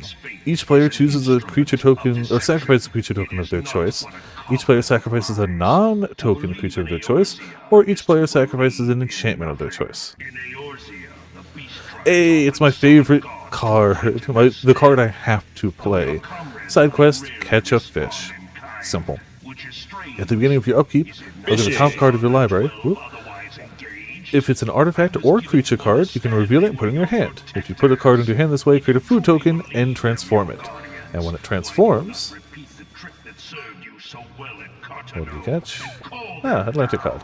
When it transforms, it's a land that can add 1 mana, but also you can do 3 and sacrifice an artifact, like a food token or something, to put a 1/1 counter on every creature you control. Very useful. Seeing how you enjoy fishing, you should learn how to prepare your catch. And then also, I am Noctis, Prince of Lucis, and King of Fishing. Very good card. Being able to put counters on everything is nice. And there's enough artifacts that, like, can't fish while Gaius is dialoguing. Oh. You can't? You can, though? Well, you can't play the sound. His sound blocks everything. Noctis, Prince of Lucius. Of course we got fishing in the Noctis. Lifelink 4/3. You can cast artifact spells from your graveyard by paying 3 life in addition to paying their other costs. If you cast a spell this way, that artifact activates a finality counter, which basically means you can't hit the same one repeatedly. Which is a good thematic way of his, like, life-draining weapons. But he also gains life on hit, so it works out nicely. Many sacrifice all for the king, so must the king sacrifice himself for all. Our foil's a Bard's Bow. Another foil for Forest. And our art card is a Sweet Y'shtola. Very, very nice. I wasn't going to say it, but yes, Ochi. I wasn't going to say it, but I assumed someone else was gonna. Alright, Town Greeter we saw last time. Ice Magic, Dwarven Castle Guard, Thunder Magic, whoops. Undercity Dire Rat Adventures, Airship, Blitzball. Grahatia, Legendary Creature, Cat Archer. Reach, the Elegant Eye. Whenever 1 or more other creatures and or artifacts you control die, draw a card, but only once per turn. Still a 3/5 is fairly hard to deal with by, like, normal stuff. Omega, Heartless Evolution. Wave Cannon. When Omega enters, for each opponent, tap up to 1 target non-land permanent that opponent controls. Put X stun counters on each of those permanents, and you gain X life, where X is the number of non-basic lands you control. There's a lot there, but it's very versatile, but also a little expensive. But, like, X stun counters could be disgusting. Tifa's Limit Break. Another tiered thing. Starts at 1, but you can pay more. For 0 cost, Somersault. Target creature gets 2/2 until end of turn. Or, pay more for Meteor Strikes. Target creature, power and toughness, or double target creature's power and toughness till end of turn. Or pay a boatload, triple target creature's power and toughness till end of turn. Imagine using that on, like, I don't know, Diamond Weapon. You win the game if it hits all of a sudden. Just, that's it. Side quest Hunt for the Mark, we saw it, but it's still great. Squall, CD Mercenary, we'll read that in a second. Just wanted to show the ease mod again. Our first Squall, I think? Rough Divide. It's a 3/4 legendary creature. Whenever a creature you control attacks alone, it gains double strike till end of turn. That's pretty useful. Whenever Squall deals combat damage to a player, return target permanent with mana value 3 or less from your graveyard to the battlefield. It's a... Has it always been pronounced CD? I don't know. That's how I've always pronounced it. CD. I always thought of it as more like... This was back in the era of CDs. Like the game came on a disc and that was how I always did it. I do not know what the official pronunciation is. That is how I have pronounced it, and I exclusively. I could not tell you if that is correct or how you should pronounce it at all. But that's how I am going to continue pronouncing it. Even if I am proven wrong, kind of like Tigrex. I know it's Tigrex, I do not care. It's also apparently Titus, but I will say Titus till the end of my days. So, I am stubborn on these. Oh, Potts, are you around tonight? I was thinking of maybe Discord streaming Sinners, but I could do it tomorrow too, if that's better. I definitely don't have it in me to stream tonight, but... Squall can see D's nuts. That's the key. Oh, gee. But also, yes. So the great thing is, if you attack with him alone, he's dealing combat damage twice. So you can return 2 things if he attacks alone. So as long as he's running in there alone... Oh, sorry. Are you around tonight? I was thinking of streaming Sinners to the Discord because it has been added to the Plex server. But I could push it to Monday if tomorrow is... If that's a better time. Tuesday I'm not streaming this week because I'm going to a second pre-release. So that's our pack rare. Hey, the Emperor! Our pack foil. We don't have one yet. Finishing it tonight. Okay, I can do it tomorrow. That'll give me a nice... I'm honestly kind of... I'm talking plenty today, but I kind of have a bit of a throat ache and I'm coughing. Probably because of the rain yesterday. So it's probably a smart idea to take tomorrow off too, honestly. I feel like I'm taking too many days off and it's not intentional. It's just stuff keeps happening. Tomorrow also closing. Well... Rack.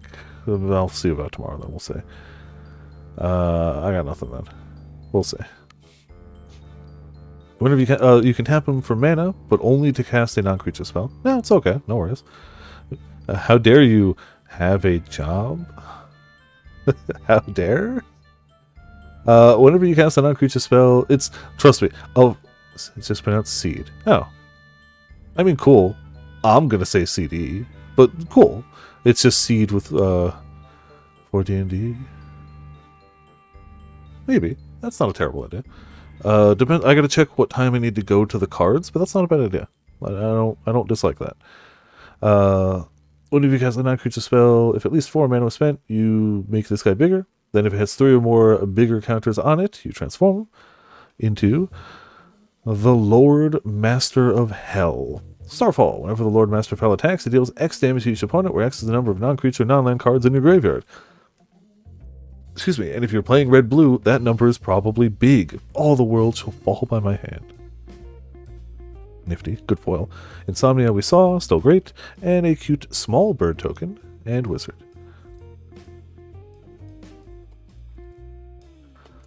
Cough and cold I got. Maybe I'm calling in on Tuesday. Ugh, sorry to hear.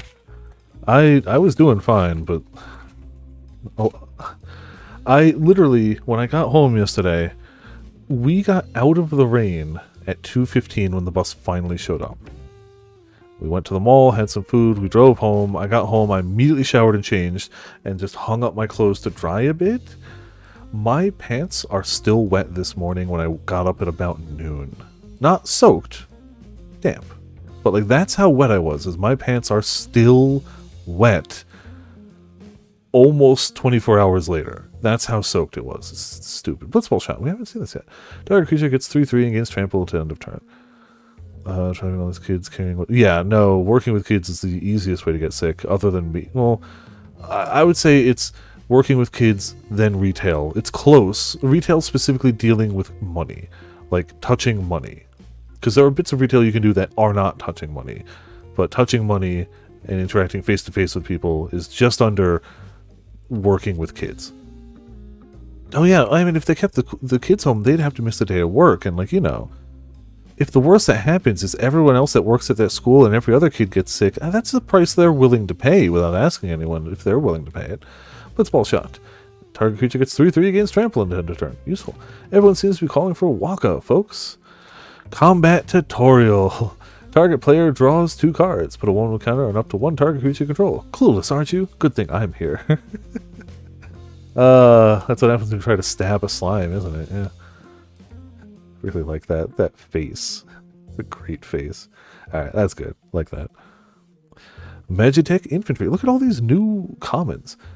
Creature gets 1/0 as long as you control another artifact. And for 3 mana, you can search your library for a card named Magitech Infantry and put it onto the battlefield. Tap then shuffle, so it can summon more of itself.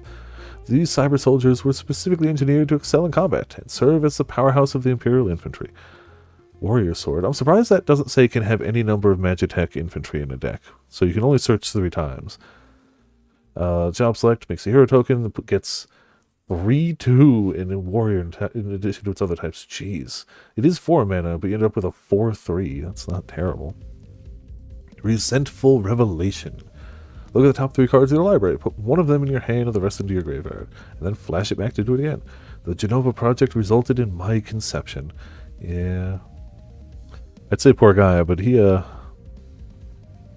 some stuff happens. Sahagin, White Mage's Staff.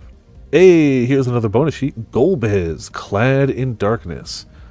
Legendary creature Human Knight. Whenever another creature dies, or a creature card is put into a graveyard from anywhere other than the battlefield, or a creature card leaves the graveyard, that's a lot of things, Golbez deals 1 damage to each opponent. And for 2 mana, each player mills a card. That's not a 2 mana and tap. So if you have enough mana, you can just keep milling things. Okay, not bad though. Not bad. Looks dope. It's uncommon, but still whatever. Snowvires. Vigilance. Power is equal to the number of creatures you control. Good. If you have a lot of creatures, it could be pretty big. All I can do is go forward, keep fighting and surviving until I find the answers I need. Vigilance is a very snow keyword. Reach the horizon. Search your library for up to 2 basic land cards and or town cards with different names. Put them into the battlefield tapped and then shuffle. Guess this is goodbye, City of Miko. Tifa Lockhart. Eject. Sweet. I forgot about this card. Yeah, the Midgard's Golem will straight up just eject people out of combat. This spell can't be countered. Return target non-land permanent to its owner's hand and draw a card. Mythic Rare Absolute Virtue. The raid boss that has killed people in real life. This spell can't be countered. 8/8, flying. You have protection from each of your opponents. You can't be dealt damage, enchanted, or targeted by anything controlled by your opponents. Not this card, you. You have protection from your opponents. They cannot hurt you. So, it's strong. It's expensive. It's strong. You can still kill this. You can still exile this. You can still do things to this. But, yeah, it's pretty nice. Thunder Magic looks dope as hell in foil. Really like that. We got a full art Plains, 7th Heaven. Would not consider this a Plains myself if I was picking it, but I don't hate it. Like, it wouldn't be my first choice, but I don't think it's a bad choice. You got another hero, and a horror token. Alright, keep it going. We are now technically about halfway through the first box. I swear it's going to pick up. And if it doesn't, well then whatever. I'm streaming until it's done. I don't care. I can make all the promises I want and then break them all I want to. You can't stop me. Blitzball Shot, Combat Tutorial, a Magitech Infantry, a Warrior Sword, Resentful Revelation, a Loppert Scout. Looks like we got a bonus sheet in here. Cecil Harvey. Ooh, more Amino art. Legendary Creature Human Cleric, Lifelink. At the beginning of each of your post-combat main phases, so after you attack, you may pay X life, where X is the number of opponents who were dealt combat damage this turn. If you do, draw X cards. Interesting in a multiplayer game. In a regular game, it says you pay 1 life, draw 1 card, but still, okay. I don't remember what partner does, and they don't show the full text of a keyword on cards like this, so I'd have to look it up. You can pair it with something else for some effect, and I don't remember what that is. Still, not bad. Of course, it's white-black, because thematics, and it's rare. Tonberry, love Tonberry. Salamander Horror is the creature type they gave it. Start with them in your hand, get to play them on both or something. Okay. This creature enters tapped with a stun counter, so you can't use it. You can play it turn 1. A stun counter means it doesn't untap, but the counter goes away. So you can't play it, you can't use it turn 2, but turn 3, you then have a 2/1 that during your turn, it has First Strike and Death Touch.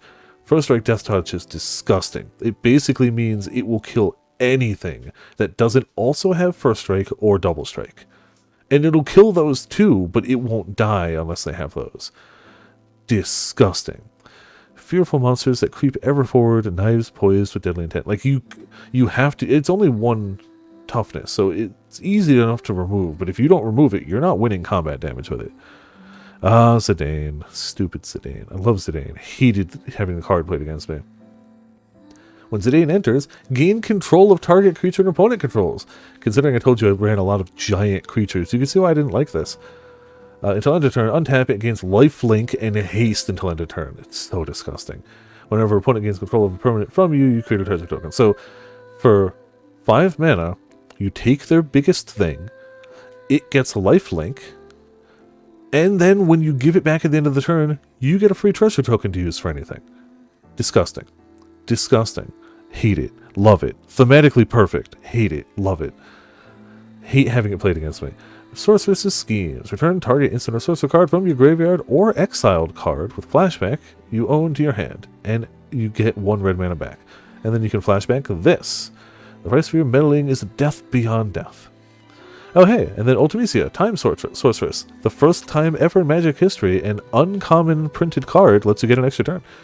Whenever Ultimisia enters or attacks, surveil 2, so you look at the top 2 cards, put them either back or in the graveyard or any combination. At the beginning of your end step, you may pay a ton of mana and exile 8 cards from your graveyard. If you do, you transform. You transform her to a Menace 7/7, so it needs 2 things to block minimum. When this creature transforms, take an extra turn after this one. Time. It will not wait, no matter how hard you hold on, it escapes you. And our pack rare looks to be Cypher. Whenever a creature you control attacks alone, it gains a double strike until end of turn. Wow. Cypher and... Holy crap. Cypher and Squall together would be stupid. Hold on a second. Does that work the way it sounds like it would? Oh no, they both give double strike. Okay.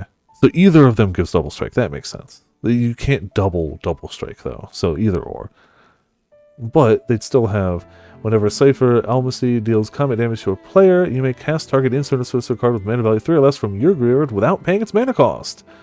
Disgusting. But then exile it, so you can't keep doing that. Okay, I thought... For some reason I thought just like Squall did like double damage. Nope. Adventures in 2 life. A Baron Airship Kingdom. The advent of the airship marked the realization of Baron's dreams, but also the birth of its militarism. And then a hero token and food token. Whoops. Knocked over my own stacks. Light green with all the birds. Oh, just noticed that. But yeah, snow would be pretty good. Or anything that makes tokens. Like, even the black mages might work. The color would be off, though. So, yeah, it makes more sense for the white-green. Speaking of birds, Chocobo Kicker. Return a land you control to its owner's hand. So for 2 mana, target creature you control deals damage equal to its power to target creature an opponent controls. If the spell is kicked, the creature you control deals twice that much instead, which is disgusting. That could be a stupid... That's just tons of damage. Dreams of Laguna. Surveil 1, then draw a card, and you can flash it back to do it again. Don't go back on your word. Come on, go Wave Tour. I do like that flashback as a mechanic is useful, but almost every card...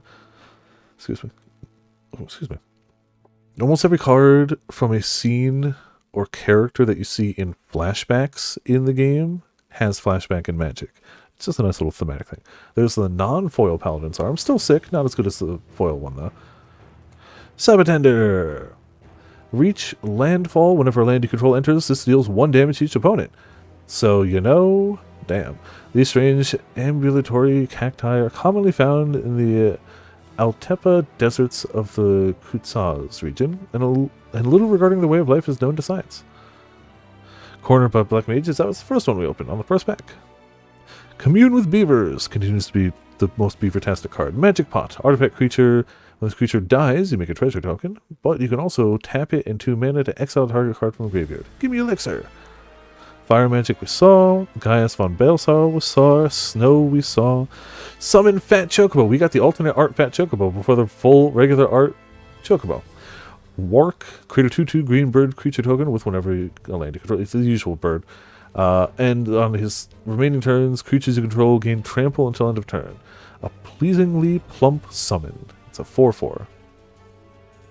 It's hey, Excalibur 2. Rare equipment. Whenever you gain life, put a charge counter on Excalibur 2. Equipped creature gets 1/1 for each charge counter on it.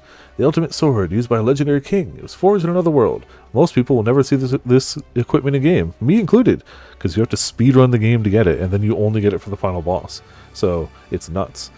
Stolen uniform. Choose target creature you control and target equipment. Gain control of that equipment until end of turn. Attach it to the chosen creature.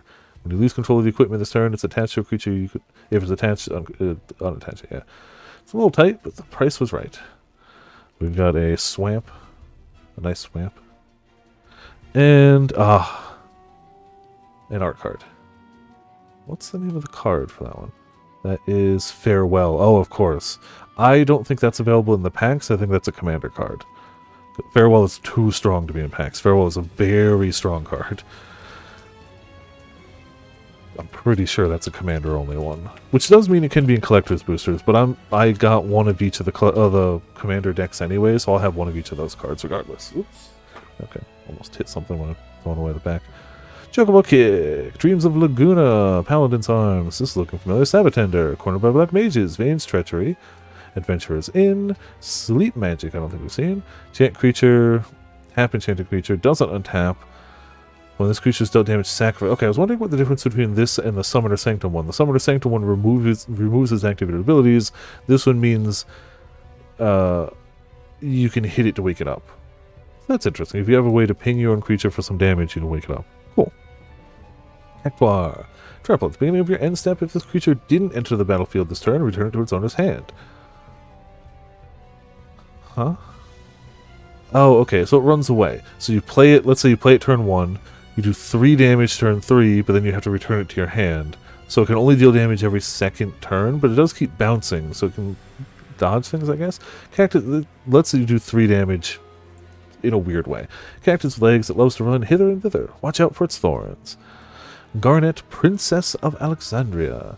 Lifelink 2/2. Whenever Garnet attacks, you may remove a lore counter from each of any number of sagas you control and put a 1/1 counter on Garnet for each lore counter removed this way. That's strong as hell, and let me show you why. So, again, the way... I don't know if I explained it perfectly earlier, but the way that the summons work here is you put a lore counter on it, turn 1, when you spawn it. It comes in as a creature with that lore counter, so that happens. Then, after your draw step, you increment the counter, and that happens. So if you want that to keep happening, you can remove 1 counter, so it goes back to this, then it'll keep incrementing there. Also, G, how's it going? Welcome to Viperland in the chat. It's normal, not chibi, kind of funny? Yeah, kinda. We got some interesting stuff. Also, how you doing, G? Let's see, what's our... We'll go through our hit stuff real quick. We got Excalibur, Cypher, Squall, Cecil, Absolute Virtue, Golbez, Noctis, Choco, Furion, Louis Sua's Sacrifice. We got Clive and Ifrit, which is dope. Vaughn, Battle at the Big Bridge, which I love the hell out of. Edgar, King of Firgo, Nibelheim Flame, right after Aerith. Terra, The Wandering Minstrel, The Imperial City, Summon Titan, alternate art. Machinist Arsenal, Matoya, Emmett Selk, dope as hell. Clive's Hideaway, Vane, Chocobo Racetrack, Cecil, Double-Sided, and Bart's. Those are our rares from the pack so far. We've been slow going, but we'll be picking it up as we hit more duplicates. Because the first time, read each card. Yeah, the Emmett Selk is nice. That's a bonus sheet card. So, those are pretty rare. Well, rare-ish. Yeah, but someday I'll be queen, but I'll always be myself. Side quest, play Blitzball! Great side quest. At the beginning of combat on your turn, target creature you control gets 2/0 until end of turn. At the end of combat on your turn, if a player was dealt 6 or more damage this turn, transform this enchantment, then attach it to a creature you control. Because it transforms, come on, into the World Champion Celestial Weapon. Double Overdrive. Equipped creature gets 2/0 and has double strike, which is stupid. Sorry for making you wait. It basically gives you 4 extra damage. Sorry to make you wait. You know, had some promises to keep, yeah? And our pack rare, Vincent, who is so strong. This card is so hard to deal with unless you are ready with removal. When a creature an opponent dies, put a 1/1 counter on Vincent Valentine equal to that creature's power. Whenever Vincent attacks, you transform it. So as he's attacking, before any damage happens, you immediately transform him to trample lifelink 3/2. Stupid. And when Galleon Beast dies, you return to the battlefield tapped front face up. So you cannot kill this. You can bounce it to hand, you can exile it, but if you try to kill this, it actually just goes back to Vincent, and the second he attacks again, it's back to the trample. So they should never make a red potion card. Mono red Vince looks pretty good too. Yeah, there's some good stuff here. Oh wait, that was a rare. Victory music timing, yeah, right? Queequord Merchant. We didn't see one of these yet. 1 mana and tap, draw a card, discard a card. 7 mana tap, sack this, draw 3 cards, but it costs 1 less to activate for each town you control. Small beastmen that live alongside humans in the Ot-Urgon Empire. Their ancestors were nomads to the north, and their unique culture and customs can be seen even now. We got a foil Baron, and we got a nice hero frog token. How would you make a red potion? Well, I guess you could roll a die. But they really kept the die rolling magic cards to the D&D set. It wasn't really something that escaped that. But like, I guess, like, roll a die and have it heal that much. I don't know. Oh, backwards. There's our token. Ice Flan, Coral, Call them out, Chocobo, Quitrub for air, Gobu Gardener, Grand Pulse, Ochu, Lunatic Pandora. Hey, there's another. This one I had in my deck. This was pretty useful. So it costs 3 mana to exile the top 2 cards of the library until the end of your next turn. You can play them, but Spectacle means if you've dealt damage to an opponent this turn, it actually only costs 1. Nifty art, pretty useful. I played it a bunch. 2 times. Even the coin flippers are actually kind of rare. Rydia, I had Rydia in my deck too. I had Rydia and Terra, and I was like, I have to. Whenever a land you control enters, you may discard a card. If you do, draw a card, and you can pay X and tap it or return Saga card with mana value X from your graveyard to the battlefield with a finality counter on it, so you can only do that once. It gains haste until end of turn. Yeah, pretty dope. Pretty useful. Zac Fair, probably the most thematic card in the set. I love it. I hate it, you evil bastards. Zac Fair enters with a 1/1 counter on it. You can pay 1 and sacrifice him. Target creature you control gains indestructible at end of turn, and you put Zac Fair's counters on that creature and attach an equipment that was attached to Zac to that creature. Literally gives up his life to make something survive, and then passes on his, let's say, mimetic legacy and physical equipment. Bastards, this is too good. Summon Esperamu. Turn 1 gets Judgment Bolt. Creature deals damage equal to the number of non-creature, non-land cards in your graveyard to target creature and opponent controls. Again, if you're playing red, that's a lot. And then turn 2/3, wizards you control get 1/0 until end of turn. It's 3/3 on its own. I am Ramu, the Esper. Minwu is our pack rare. White Mage. Vigilant lifelink 3/3. Whenever you gain life, put a 1/1 counter on each cleric you control. That's pretty big. There's a ton of cards out there that are like, when you gain life, put a 1/1 on this. So this could be really strong, but you don't get it early game. So I remain here and devote myself to the care of the wounded. Our foil is Ahriman. We got Mi Gangaga. And a bird wizard. Alright, we're almost. This is our last of the second third of the first box. And we're at what, an hour? No, we are long past an hour. Never mind. It's fine. Don't look at the time. The time is irrelevant. Time is an illusion. Commune with beavers, ice flan, coral, call them out in chocobo, syncopate, Vincent's limit break, relentless XATM 092. Another really thematic card. Also, I do not look forward to ever facing this. This creature can't be blocked except by 3 or more creatures, because it's just the way it works in Final Fantasy VIII. Return this card from the graveyard to the battlefield tapped with a finality counter on it. So if you finally get to kill it, after all that time, it just comes back once. Let's get the hell out of here. So, Samurai Katana. Equipped creature has 2/2, has trample and haste, and is a samurai. I think this might be the strongest equipment.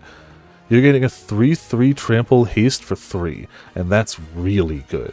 It does have a very high equip cost, so if they kill that first hero token, it costs a lot to re-equip, but that's very strong on its own, I think. I think that's the strongest equipment, myself. Restoration Magic. It's another tiered one. For 1 mana, target permanent gains hexproof and indestructible until end of turn. For 2 mana, target permanent gains hexproof, indestructible until end of turn, and you gain 3 life. For 4 or 5 mana, permanents you control gain Hex Boost and Indestructible, and you gain 6 life. Titus, Blitzball Star. Whenever an artifact you control enters, put a 1/1 counter on Titus. Whenever Titus attacks, tap target creature an opponent controls. That's useful. Every blitzer knows, when you got the ball, you gotta score. Edgar, King of Figaro. We saw that one earlier. But Sneak Attack summons. I know, Sneak Attack summons. Also, hey, Sindhu, how's it going? Welcome to Viperland Chat. We saw him earlier, but he was foil then. Now he's not. Diamond Weapon in foil now. Planes. And an art card. That's the Machinist gear. They really do just make Machinists look dope as hell. Like, come on. That's the most Machinist art that has ever been drawn. And you know I'm right. Alright, that's our second third, so I'm going to move the bulk over to the box. Alright, so these are the last packs of the first box, then we hit box 2. Yes, there are that many packs. But again, we're really picking up steam now that we've seen a lot of commons and uncommons. Though we're still hitting stuff we haven't seen. That's the back of the pack. Scorpion Sentinel, First Boss, Good Times, Shoko Mog, Item Shop, Keep, Marlboro, Bard's Bow, Crossroads Village, Laughing Mad, Reach the Horizon, Eject, Ridier, Zodiark, Umbral Gods are pack rare. Indestructible. It takes a bit of a devotion to black. When Zodiark enters, each player sacrifices half the non-god creatures they control of their choice, rounded up. Of course, Zodiac Swarming would make you lose half. Whenever a player sacrifices another creature, put a 1/1 counter on Zodiark. Damn. Looks like we get 2. Ooh, we get 2 pack rares. Sarah Farron. The first legendary creature spell you cast each turn costs 2 less to cast. Damn, that's useful. At the beginning of combat on your turn, if you control 2 or more other legendary creatures, you may transform Sarah Farron, our own private haven. What does she transform into? Oh, yeah, Crystallized Sarah. The first legendary creature spell you cast each turn costs 2 less to cast, and legendary creatures you control get 2/2. Let's see who fulfill their focus of their Fal'Cie masters are transformed into crystal and granted life eternal. So, she goes from being a 2/2 to giving all other legendary creatures 2/2. And again, since pretty much every named creature here is a legendary creature, that's strong. There's our Final Fantasy I world map. There's a Vector, Imperial Capital, and a Hero Bird token. See, packs are going quicker, I promise. No art card in this one. Gubu Gardener, Scorpion Sentinel, Summon Chocobo Mog, Item Shop, Keep Marlboro, Item Giant, or Iron Giant, wow, World Map. Hey, Dawn Warrior's Legacy, Town Duels and Town Mono Adventures. Yeah. Yes, I think the mono ones are rares. I don't know if we've gotten one here yet. I did get one the other night, though. Exiled Dawn Warrior's Legacy. Sorcery, exile target card that's an instant or sorcery from your graveyard. For each card exiled this way, copy it, and you may cast the copy without paying its mana costs, and then exile it. But you can overload it, which I believe each time you pay overload, you get to choose a new target. I could be wrong, but I'm pretty sure thematically for this card, that's... Or maybe the overload cost is what you pay to choose 2 targets? I don't remember. I'd have to look it up, but... Surge foils are collectors only, and any foil on the bonus sheets are also collectors only. Yes. Both of those are true. So you will... Alternate foil types are almost always collectors only. But that's less of an issue when a collector's pack costs $30 or $25 than when it costs $75 to $80. Elixir. I don't think we've actually seen this one yet. This artifact enters tapped. Pay 5 and exile it. Shuffle all non-land cards from your graveyard into your library. You gain life equal to the number of cards shuffled into your library this way. Fully recovers HP and MP. It's damn useful. Didn't get one, but it's really nice. Clash of the Icons. Choose one or more. Target creature you control fights another creature an opponent controls. Remove a lore counter from target saga you control. Or put a lore counter on target saga you control. So you can bring a summon down a peg, up a peg, or fight something. Magitech Armor. When this vehicle enters, make a 1/1 colorless hero creature token, which can then crew it, which is useful. It comes in with its own crew. And you crew it for 4/4. Hey, Jumbo Cactuar! 10,000 needles. Whenever this creature attacks, it gets plus 9999 until end of turn. When it attacks, its combat damage is 1,000. It is of a reminder that it does not have trample, but your starting life in a magic game is 20. Some cactuars live long lives and grow huge. This jumbo cactuar is one of them. It is also 7 mana, but if you can give it trample or make it do its damage to a player, it's you win. Ice Flan in foil, Plains, the nice road in foil, and a hero treasure token. There are a few of the bonus sheets I really want to get. Unfortunately, the one I want the most is the most expensive. They made the Titus Uno one the Ristic Study, and that's it's expensive. Stuck in Summoner's Sanctum, hate it because it hit me all the time. You're not alone. Light of Judgment, Sephiroth's Intervention, Giganto, Adventurer's Airship. Hey, bonus sheet, Squall, Lionheart, or Leonheart. Leonheart? No, I said Lionheart, even though it's not true. Legendary creature, Human Knight, First Strike, Vigilance, Lifelink, damn. Or as an equipment spells you cast, cost 1 less to cast. Huh. I'm pretty sure I have this card on one of my commander decks. I might just swap it for this version of the card. But still dope. Hey, Phantom Train. That's our first, almost into the first box. It's our first time seeing the uncommon Phantom Train. Artifact vehicle, trample, no kidding. Sacrifice another artifact, or creature. Put a 1/1 counter on this vehicle. Becomes a spirit artifact creature in addition to other types until end of turn. So you can sack something to make it crude. Oh no, not make it, to make it bigger, and a spirit. Ring of the Lucy. Add 2 colorless mana per tapping it, or pay 2 mana and tap it to pay 1 life. Tap target non-land permanent. Kings of Lucis, come to me. You can just, for 2 mana and 1 life, permanently keep something tapped, which is kind of nice. Shantoto, Tactician Magician. Whenever you cast a non-creature spell, Shantoto gets XO until end of turn, where X is the amount of mana spent to cast that creature. So she can get big. If X is 4 or more, draw a card. But if you cast 3 different 3 mana cost things, she turns into a 9/4. You won't get the draw because it wasn't an individual 4, but damn. I might be the harshest mistress in all of Vana'diel, but I may yet forgive you if at my feet you kneel. Side quest rates Chocobo, saw that.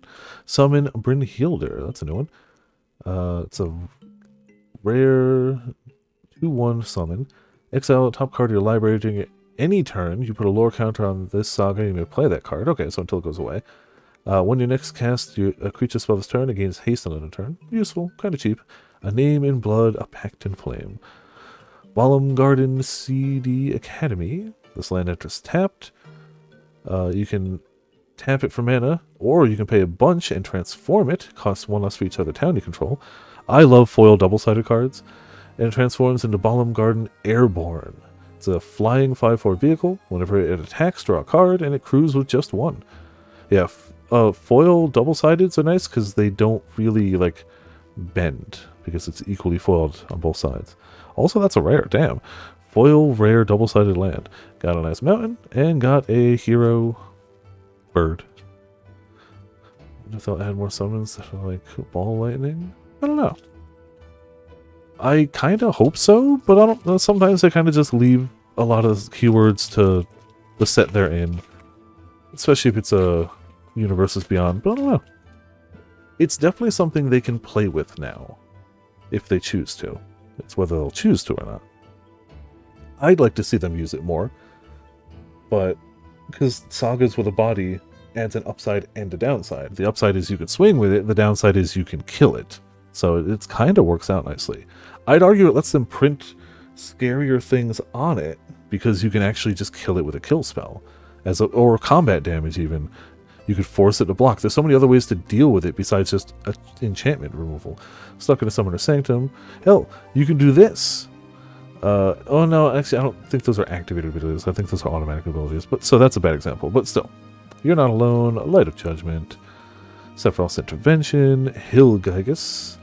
Grand Pulse Ochu, Zac Fair, Summon Esperamu, Elixir, Clash of the Icons, a Realm Reborn alternate art. We got it before the regular art. I wanted this art, just for the art. The card's cool, I wanted this. Other permanents you control have tap to add 1 mana of any color. Awesome. But just come on. That's so good.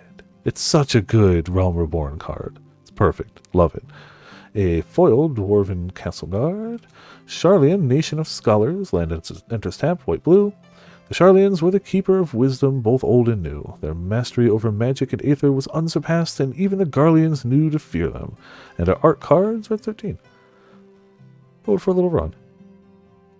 Nifty, nifty.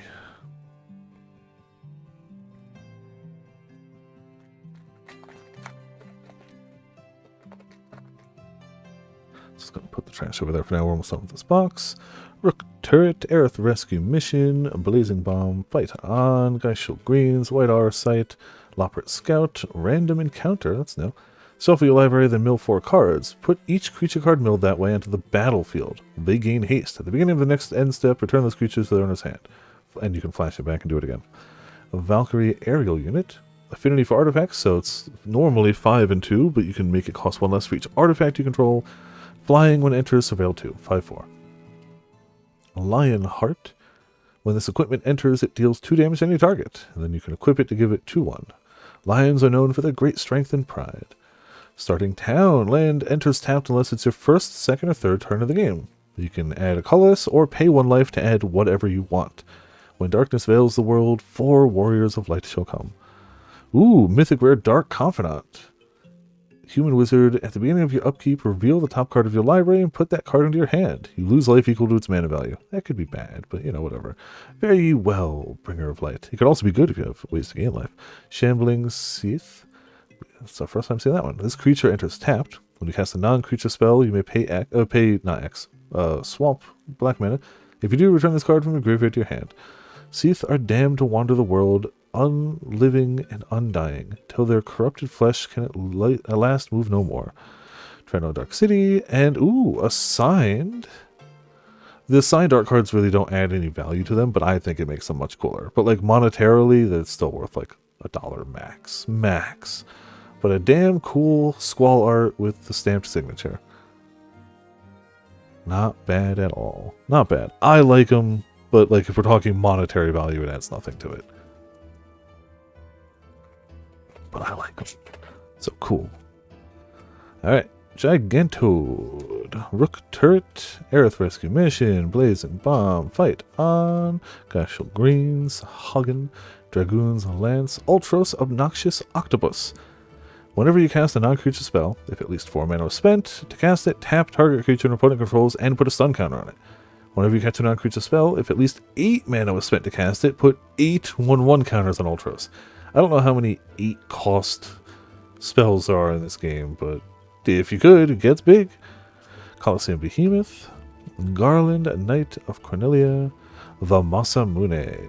As long as equipped creature is attacking, it has first strike and must be blocked if able. Disgusting. Oh, true. X cards could definitely boost that. Good call. Equipped creature has, if a creature dying causes the triggered ability of this creature or an emblem you own to trigger, it triggers additional times. Which is all to say that if you equip this to Sephiroth, he's going to destroy everything.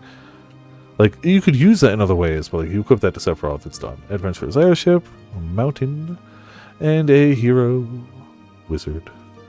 Alright, 3-4 packs left of the first box? We haven't seen a lot of duplicate rares yet, which is nice. There's a lot of variety in the rares of this Sun art card this time around. Magic Dampener, Cloudbound Moogle, Summon GF, Ariaman, Bellum T-Rexar, Vane's Treachery, Syncopate, Magic Tech Armor, a Random Encounter, Valkyrie Aerial Unit, Lionheart, Joshua, Phoenix's Dominant. That's your creature. When Joshua enters, discards up to 2 cards and draw that many cards. For 5 mana, exile, return to the battlefield transformed under its owner's control. In Ashen Grip, let embers glow to kindle flames anew. And you get Phoenix, Warden of Fire. Deals 2 damage to each opponent, first 2 turns, and third turn return any number of target creature cards with total mana value of 6 or less from your graveyard to the battlefield. Exile Phoenix, return it. Flying Lifelink. So you can just keep doing that and reviving stuff. Kinda sick. Wait, that was rare. Goes over there. Vane's Treachery is a foil. Salam is a foil this time too. And our art card is Sin. Hot damn. I think it's Sphera's Punishment? Yeah, Sin Sphera's Punishment.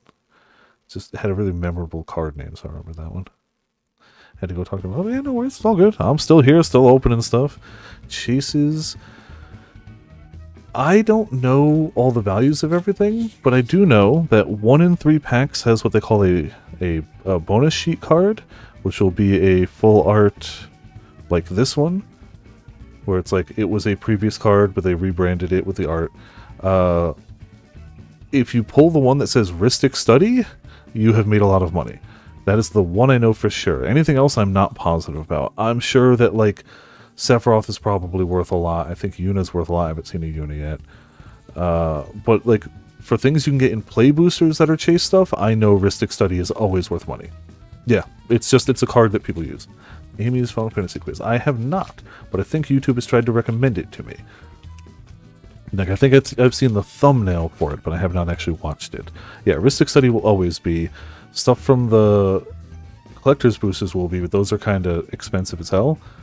And I will be listing these cards throughout the week, so throughout the week I will learn what the valuable stuff is, but off the top of my head, I don't know. I have to assume Sephiroth, Cloud, Yuna, being mythic rares and being popular characters must be some value, but I don't know off the top of my head. When we do our next opening, which will probably be either in a week or 2 weeks, depending on what I can afford, I will know then, but that doesn't help now. Woogle, GF, Ariman, T-Rexwar, Monk's Fist, Magic Pot, Gyat, Coral Sword, Poison the Waters, X-Death, Void Warlock, we haven't seen yet. When X-Death enters, you gain 3 life. At the beginning of your next end step, if there are 6 or more permanent cards in your graveyard, transform them.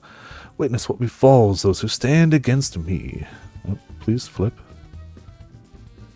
Neo X-Death, Dimensions End. Trample, power is equal to the number of permanent cards in your graveyard. Trample with that much power? Could be all memories, dimensions, existence. All that is shall be returned to nothing. So, this card is fun. I got to use this guy during my pre-release. Gilgamesh is expensive as hell, 6/6. Whenever Gilgamesh enters or attacks, and that's important, look at the top 6 cards of your library. You can put any number of equipment cards from among them straight to the battlefield. Put the rest on the bottom of your library. When you put one or more equipment cards on the battlefield this way, you may attach one of them to a samurai you control. Oh, hey, look, he's a samurai. So he enters or attaches, you just get free equipment and put it on him for free. It's awesome. Opera Love Song, Quad Salam, and a bird wizard token. Let's see, we've got 2 packs left of this box, and we got our second box, but again, the packs are picking up steam. Oh, drop that. That's fine. Yeah, Ristic Study is a super playable card that tends to not be a common card, so, you know. Dragoon's Wyvern, Gale, Cat, Suplex, Namazu Trader. Whoop, that's 2. Prisha's Wandering. Did we see that one? Search your library for basic land card or town card, put it in the battlefield, tap, and shuffle. When you search your library this way, put a 1 counter on target creature you control. Suplex, I mean, he doesn't have to be trained, but yes, it is the train suplex. 100%. And you can suplex the train, but it's not the only thing you can suplex. There's only one reason they smell an adventure. There's only one reason. They smell an adventure. Come on, we've got no time to lose. Blitzball, Iron Giant. Oh, hey, a bonus sheet card. Baron Rivalry. At an additional cost to cast a spell, sacrifice an additional creature, artifact or creature, sorry, draw 2 cards and create a treasure token. Good art. Just a common from the bonus sheet, but whatever. Dark Knight's Greatsword. Job, artifact gear. Equipped creature gets 3/0 and is a knight in addition to its other types. So it's a 4/1 creature for 3. And to re-equip it, you pay life instead of mana, which is kind of thematically fun. Quina, Q Gormit. One of the few things that got a new creature type in this set. Most other things, they use the creature types to like kind of work. Like Shantoto's like a dwarf magician or wizard. But nope, Q. If 1 or more tokens would be created under your control, those tokens plus a 1/1 green frog creature are created instead. And you can pay 2 and sack a frog to put a 1/1 counter on Quina. A world only have 2 things. Things you can eat and things you know can eat. It's true. It's absolutely true. Quina's got wisdom beyond their years. Rufus Shinra. Whenever Rufus Shinra attacks, if you don't control a creature named Darkstar, create Darkstar, a legendary 2/2 white and black dog creature token. I'll control the world with fear. It takes too much to do it like my old man. A good thematic Rufus card. Tella, Great Sage is our rare of the pack. Whenever you cast a non-creature spell, make a 1/1 colorless hero creature token. If 4 or more mana was spent to cast that spell, draw 2 cards. If 8 or more mana was spent to cast that spell, sacrifice Tella, and it deals that much damage to each opponent. That's a lot there. Ooh, foil Vaughn. Nice. Okay. Already saw the Vaughn, but now it's foily. Nice full art forest. Love to see it. And a hero food token. Alright, last pack of box 1. Then we'll clear this board, open the second pack, second box, and keep going. Alright. Dragoon's Wyvern, Gale Cat, Suplex, Namazu Trader, Precious Wanderings, White Mare Staff, Instant Ramen, Swallowed by Leviathan, Judge Match, Took a Breath, Opera Love Song, Side Quest Catch a Fish, Mythic of the pack, Summon Knights of Round. Very expensive. For the first 1, 2, 3, 4 turns, you get to create 2/2 White Knight creature token. It's a 3/3 indestructible. And then on your 5th turn, other creatures you control get 2/2 until end of turn. Put an indestructible counter on each of them. If they haven't dealt with any of your problems by the time this hits turn 5, which admittedly, that late in the game, they probably have, all of your stuff is indestructible. It's stupid, and I love it. Gobu Gardener, Gone Town of Ruin, land after tapped for black or green. They say that beyond the dunes is the Town of Ruin, but no one can even enter the desert to find out, let alone cross it. We also have Yuna! Hell yeah! Good Yuna art. Love it. Love to see it. Alright, that is box 1. Let me just move these out of the way and get the second box open and we'll get going. Put that in there. Move the box back a bit. Oh, I should also show if I can put it away. Yeah, I'll find it later. I posted it in the Discord, but one of my friends at the card store drew my warrior plate as a hero token, and I love it. It's very cool. I'm gonna move the rares for now too, just so that doesn't stack too high over here. And before we fully open this, I'm gonna take just 1 second to take another sip of the water, because I'm talking a lot and not drinking a lot.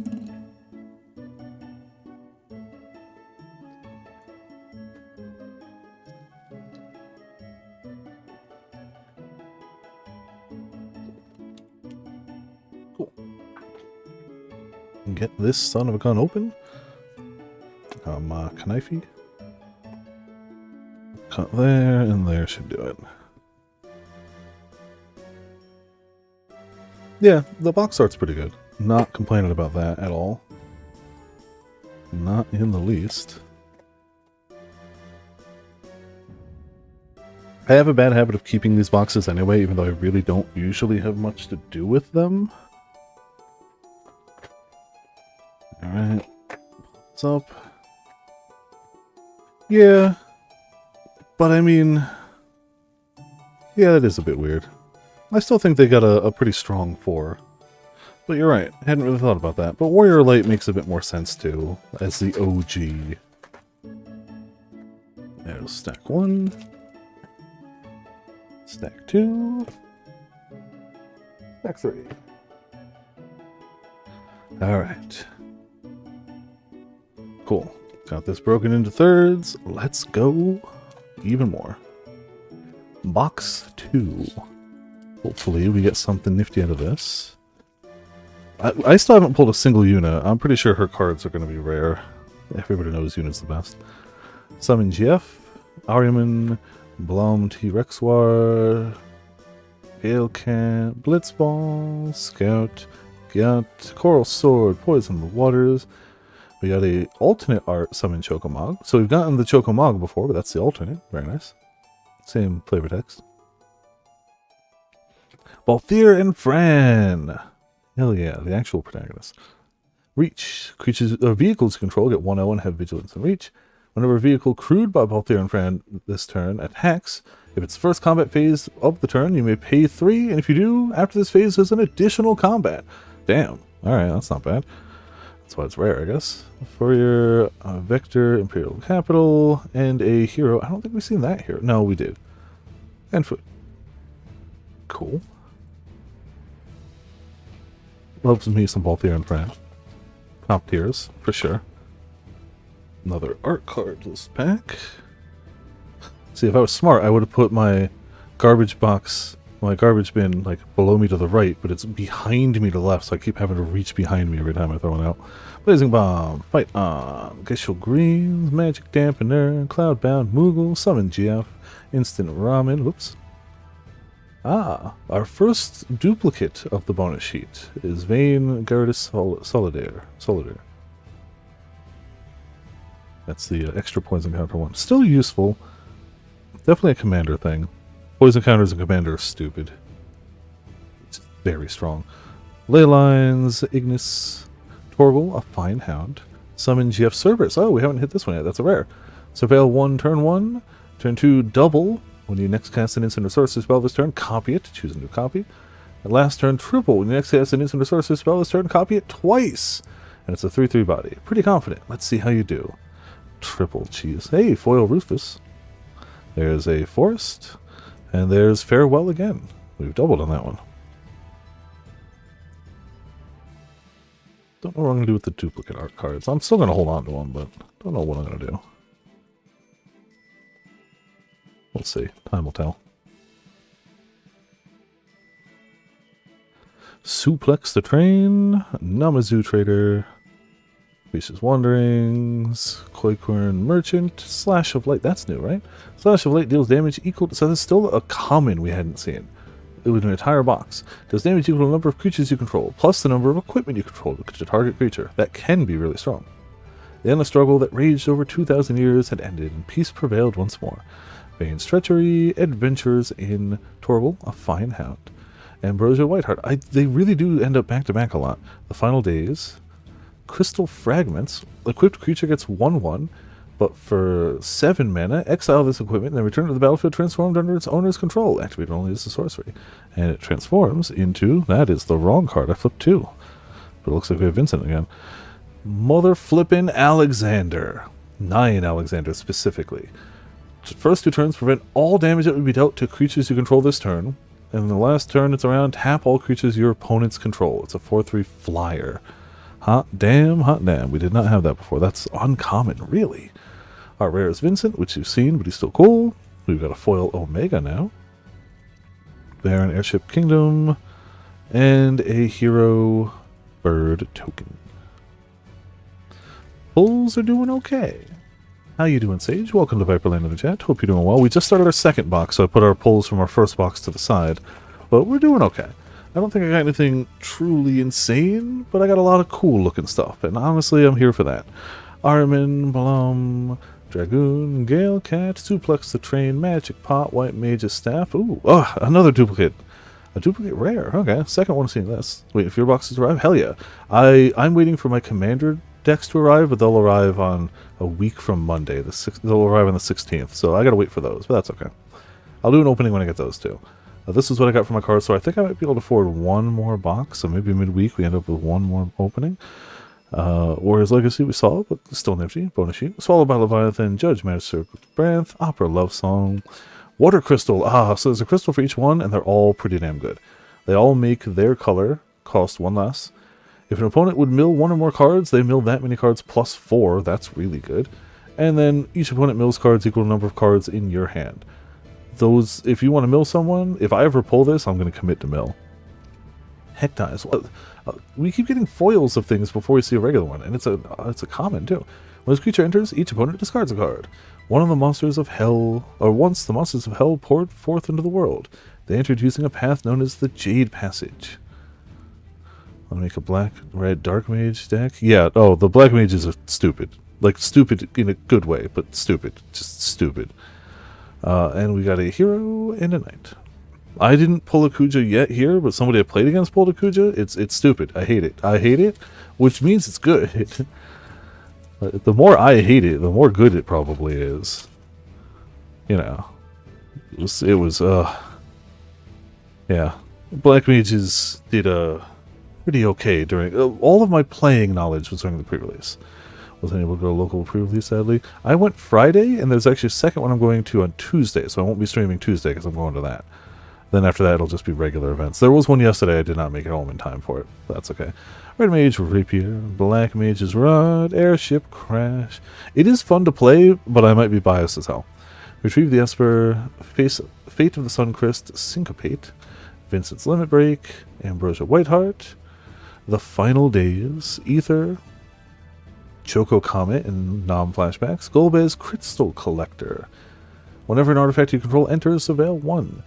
At the beginning of your end step, if you control 4 or more artifacts, return target creature card from your graveyard to your hand. Then, if you control 8 or more artifacts, each opponent loses life equal to that card's power. Damn. Alright. Really wants artifacts. Foil combat tutorial. Look at his stupid face in foil now. Awesome. Planes driving down the road. And a bird and wizard. Well, hopefully you will get your boxes. How many boxes did you order? Hopefully you'll get those soon enough and open some cool stuff. And hopefully you'll get to play in some sort of event. Like, they're running events, plenty of them, so they'll be around for sure. Yeah, a lot of these. Just the 2. Okay, that's what I got 2. I got 2, but I did get 2 bundles, but I opened those with my brother and roommates, so those were opened off camera. But the 2 boxes is my second of 2. Namazu Trader, Precious Wanderings, Queequern Merchant, Slash of Light, Red Mage's Rapier, Crossroads Village, Lunatic Pandora, Delivery Moogle, Poo Poo UFO, Black Waltz number 3, The Emperor of Palamisia. Ah, it's the exact same card as the last one, but dope. It's the same card, but just a bit better. You know. Hell yeah, cool. Love that. Not upset at all. Realm Sketchings in foil this time. Guadasalam Power Play and Gateway, and more frog eating goodness. The borderless arts are very sick. Some have multiple borderless arts. There are some that have a borderless with the number behind it, and some have a borderless with it and without. Like different arts. I know, because I made a list of everything, because I want one of each.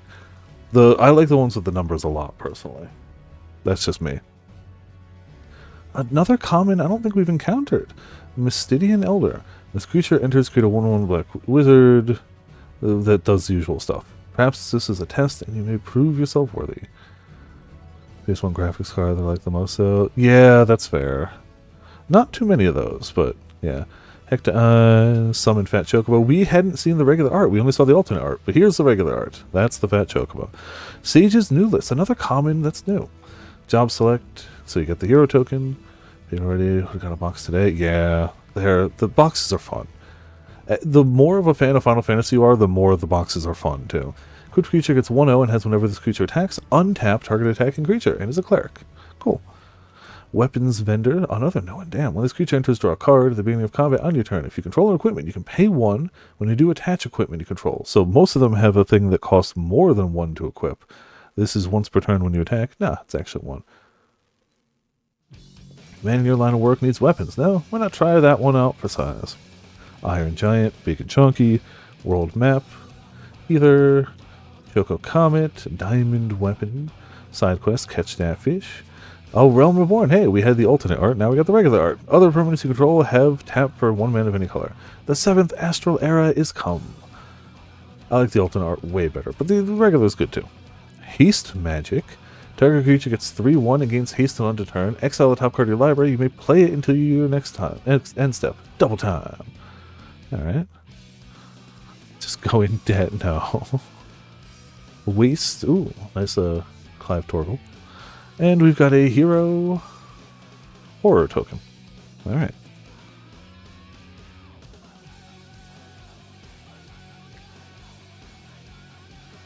The good thing is, as long as you're not worried about collector's packs, this set is going to be printed in excess. They're not going to, like, maybe they'll run out of, like, packs for a day or two, but, like, this is not going to be a short printed set. You'll be able to find plenty of play boosters.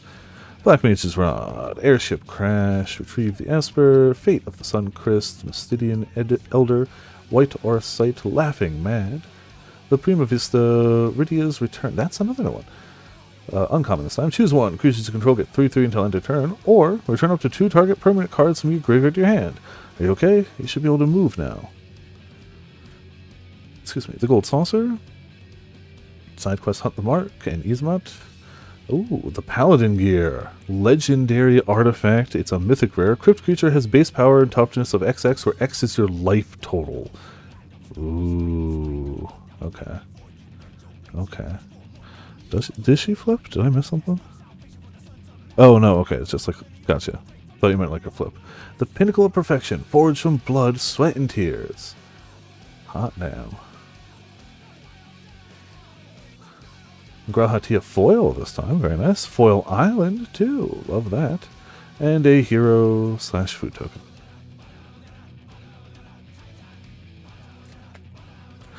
I started right after World Wake. I started Rise of the Eldrazi, so I have some World Wake, but I didn't really like play World Wake as it was. I was just a smidge too late for that one. EX Death flipped though? X Death? No, it didn't actually. Surprisingly, it didn't. Like, I thought the same. You can tell a flip card because it'll have an icon on the top left. Oh, X Death. Wait, X Death did flip. Yeah, it did flip. The Golbez did not. So you can see Vincent has the symbol, but where was it?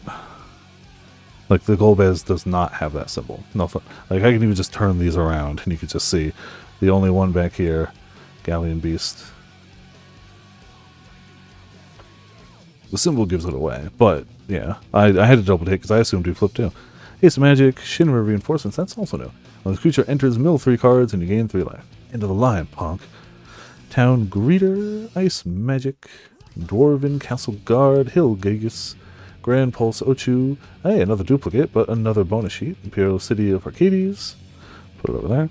Phoenix Down, Realm Sketchings, Reno and Rude, Summon Primal Odin. Man, I would love to get this in limited. Turn 1, destroy target creature and opponent controls. Turn 2, this creature gains whenever this creature deals combat damage to a player, that player loses the game. It doesn't have trample by default, but if you can find a way to give it to him, And then as he leaves, draw 2 cards, each player loses 2 life. Cornered by Black Mages in foil now. Treno Dark City, and a hero / frog token. Alright, 1/3 of the way through the box with this pack. Getting a little toasty in here, so I'm going to get a nice fan blowing when this is done. I don't want a fan blowing cards around, so I'm going to wait till I'm done. Summon Fat Chocobo, Sage's Newless, Weapons Vendor, Haste Magic, Adventurer's Airship, Wild Rose Rebellion. Very simple. 2 mana, counter target spell. It's hard to be simpler, but hey. Nice bonus sheet card. Renault Hartley, Stolen Uniform, Cloud of Darkness, Ultimacia Time Sorceress, and hey, our first of the Saga lands, Ishgard of the Holy Sea. It's a town that you can play as a town, or return up to 2 target artifacts or enchantment cards from your graveyard to your hand for a bit of mana. And then you can play it later as a town. So, if you need mana early, play it for that, or save it for that. Excalibur 2, double rare pack, and a foil. Charlian, Nation of Scholars, and our art card is again Istola. Keep these some amount of organized. Oh, it's because I usually move this after my first third. There you go. Thought it was getting a bit tall. There you go. Move the bulk out of the way and keep on opening. Can I open, please? Please?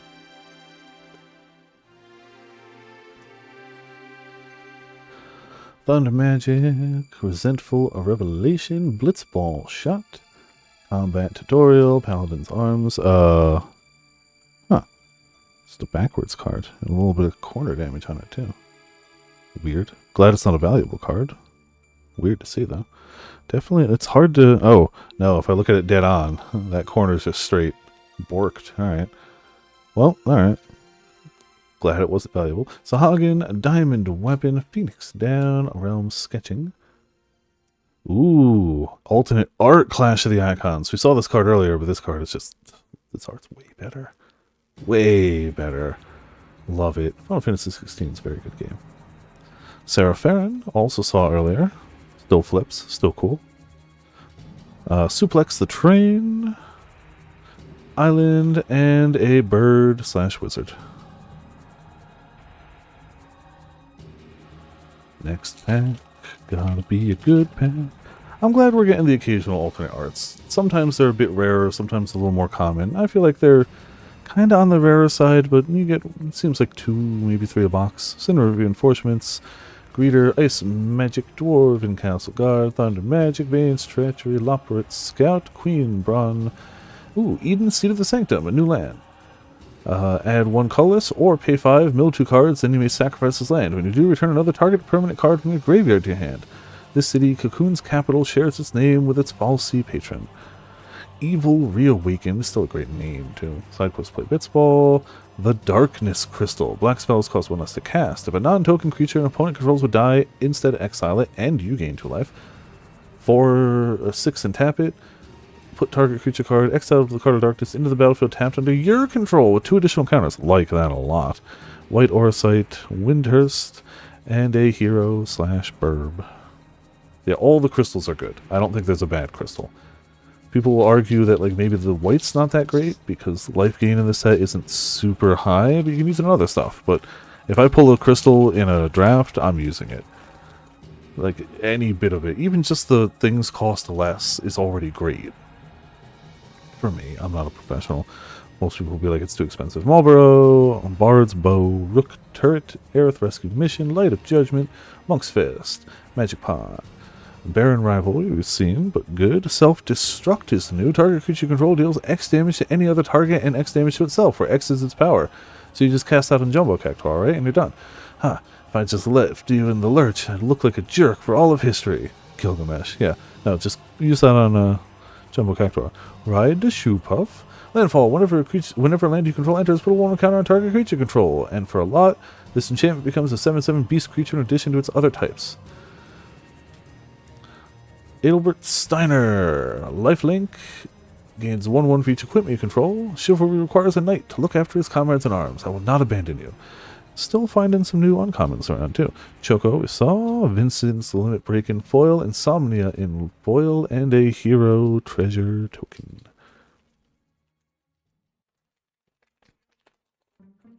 Come on. I was hoping for a few fewer duplicates of the bonus sheet, but considering they have different rarities, it makes sense. Resentful Revelation, Blitzball Shot, let's move that back a bit. Combat Tutorial, Paladin Arm, Sabbath Tender, Blitzball, Syncopate, Lock Coal, I believe is new. Death Touch, Lifelink. Whenever Lock Coal deals combat damage to a player, draw a card, then discard a card. Useful. People don't want to block something with Death Touch, so usually pretty useful. As long as there are people who need to be protected, I shall keep on fighting. And Barrett Wallace, still dope art. Capital City, did we see Capital? I don't think so. Add a colorless, pay 1 to add a mana of any color, or cycling. If you don't need a land, you can draw a card. City built upon the Isle of Ark that straddled the continents of Storm and Ash. Ah, Summon Anima is an uncommon. Pain. You draw a card and lose 1 life. And Oblivion. Each opponent sacrifices a creature of their choice and loses 3 life. And it's a 4/4 menace while it's out. Not bad. Hey, another Saga land. Midgar, City of Mako. You can have it be a land for a black mana, or Reactor Raid. You may sacrifice an artifact you control. If you do, draw 2 cards. A Triumph of Technology and Testament demands potential. Coral Sword foil, Forest, and damn good Yuna art. I think this is another one that's from Yuna Grand Summoner. I'm not sure if that's from Commander. But hey, we got the art of it now regardless. Come on, open. There you go. These packs open pretty nicely. Really haven't had to struggle on any of them. Sephiroth's Intervention, Gigantoad, Stuck in Summoner Sanctum, You're Not Alone, Blazing Bomb, White Mage's Staff, Instant Ramen, Reno and Rude, Self-Destruct, Ride the Shoe Puff, the Earth Crystal, green spells you cast 1 less to cast. If one or more 1/1 counters would be put on a creature you control, twice that many 1/1 counters. And you can tap it for a lot of mana, distribute 2 1/1 counters, which is really 4, among 1 or 2 target creatures you control. Ooh, hey, there's our Kuja. Kuja's stupid if you can get him out early. So you can get him out 4 mana. At the beginning of your end step, he automatically makes a wizard. And if that was all he did, he'd still be strong in my opinion. Because those wizards stack, you can keep spamming them, you can either have them as free blockers, or you can have them actually do the damage. Also, Sizzle now? I hope I'm saying that right. Thank you so much for the raid. How are you doing? Welcome to Viperland in the chat. Let me get a shout out for you real quick. Going, or actually, is there anyone around that can get a shout out? I can't quite reach the keyboard from here. How are you doing? What were you streaming, and how did it go? The pulls are going all right. This is my 2nd box. These are the rares. These are bulk, but I got this much left in box 2. So yeah, going. Nothing nutty, but we've had a few good things. Just got our first Kuja. Thank you, Ramen. Much appreciated. I assume you might also have been pulling anything good on your end. We got Trance Kuja. We were also opening... Oh, Collector's Boosters. Envious. Unfortunately, they are priced out of my hands, but I hope you got something well worth it on those. Hope you got something nice, because there's some great stuff in collector's boosters. So when he flips Flame Star, if a wizard you control would deal damage to a permanent or player, it deals double that damage, which is stupid. Playing against this guy is stupid. Yes, that's it. This is the power I've always wanted. Scorpion Sentinel in foil. Oh, put him in the wrong stack. It was really worth it. Oh, hell yeah. Glad to hear. Like, I know it's a bit much for me, but, like, as long as it's worth it. Let's see, what did we even get this time around? Earth Crystal. We didn't even get a lot of mythics in this one yet. Excalibur. Foil Excalibur. Oh, that's not mythic either. Yeah, we did get that one for mythic. Honestly, I feel like this box has been worse than the first one so far, but we still got a lot of new stuff for me. So I am happy with new stuff, but I mean, that's how card openings go. I mean, that's how it always is. If you finish opening cards and you're like, nah, that was enough cards, you're lying to yourself. I've got these 2 whole boxes, which is more than I usually open. And I opened 2 bundles, and I'm still going to be like, nah, could I open more? I'm definitely going to try to hit up the card store midweek and get one more. Undercity Dire Rat. Oh, I forgot to say we got the Leviathan art again. We already had one once, but 2 is nice too. Chocobo Kick. So I got that. There we go. Dreams of Laguna. Magitech Infantry. Warrior Sword. Adventures in Iron Giant. The Shadow Lord. That's new for us, and it's rare. Whenever a creature deals combat damage to one of your opponents, its controller may pay 1 life. If they do, just draw a card. You can also pay 7, discard X cards, exile the top X cards of target opponent's library. You may play lands and cast spells from among cards exiled this way without paying the mana cost. Jeez. That could be good. Alright, like that a lot. Cargo Ship. Fire Magic, Gaius von Balsar. Sin, Spirit's Punishment. There you go. It's not the alternate art, but it's still pretty nifty. Our first time seeing it.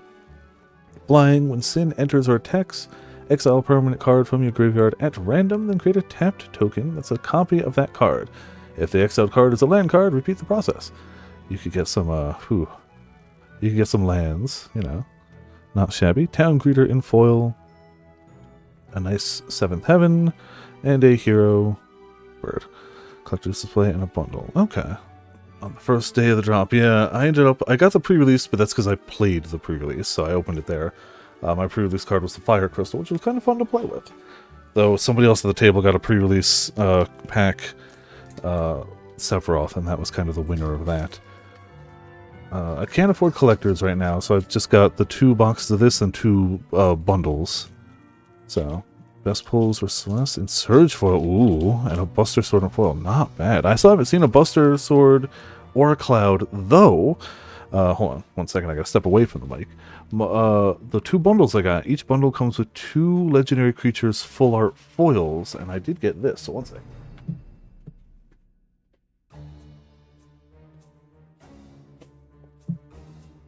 Didn't have them at hand. Out of those, I got Wandering Minstrel, Locke, the Emperor, but then I also got Sephiroth, so I do have a full art foil Sephiroth from those. I didn't open them today, but I do have it from those packs. I may as well just slap them over here too.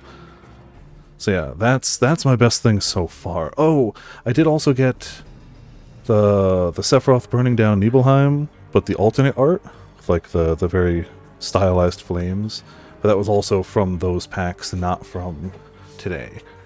But hot damn. I think Surge Foils in general just look great. And I can only imagine a Buster Sword and Foil has got to be pretty damn good. Fight on. We got a Masamune, but no Buster Sword today. Glacial Greens, Magic Dampener, Gale Cat, Summon GF, White Aura Sight. Hey, Endwalker! It's a common one, but we haven't had this one yet. Draw 3 cards, put any 2 cards from your hand on top of your library in any order. And it's just Endwalker art, and I'm not going to do that. Fable Soldier and Altered Art. Ooh, hot damn, that sounds good. I don't, off the top of my head, I don't know what the art looks like. I've seen most of them, but like I don't remember off the top of my head. Omega, Tifa's Limit Break, oh yeah, all the artwork's nice. Side Quest, hey, alternate art Jumbo Cactuar. Now we can throw a big fancy thing at people. Love the alternate art. Still big, still stupid, still the best. Ether and Foil, Mi Gongaga, and Hero Wizard. So besides the cards, what's your what's your Final Fantasy? Which ones have you played? What's the ones you like the most? And also, I guess importantly, do you play 14? I feel like 14 is a big one.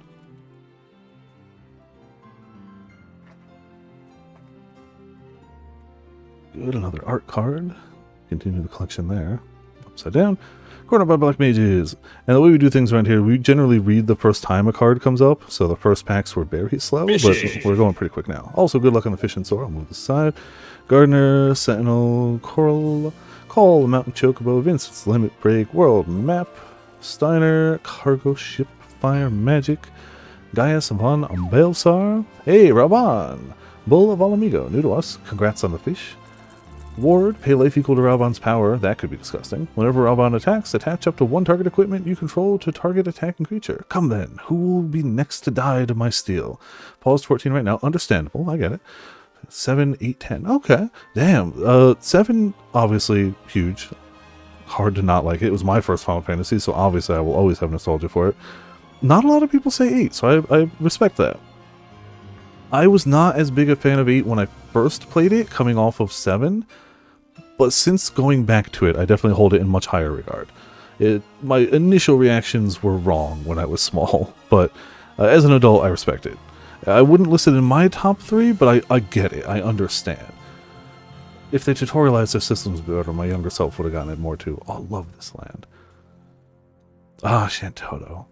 8's got a great opening, it's got a great soundtrack. The sheer jump in quality in that time of like player models, and while I didn't get the junctioning system at a young age, I respect them for trying something different, and I appreciate that it had a lot of versatility. Also, 1 second, gotta take a drink. I am still... No, I need to play 1 through 6. I've played about a third of 4, and I enjoyed what I played, but I was streaming it, and then I kind of fell off.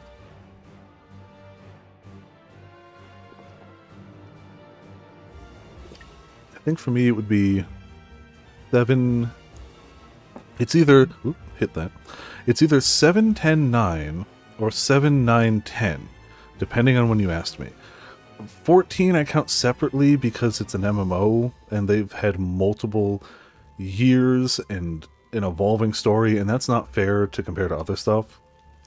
I'd have to compare 14 separately, because something like Endwalker couldn't have been done without the years of expansions leading up to it, and you can't pit a one-off single-player game against that, storyline-wise. You can't. It's impossible and unfair.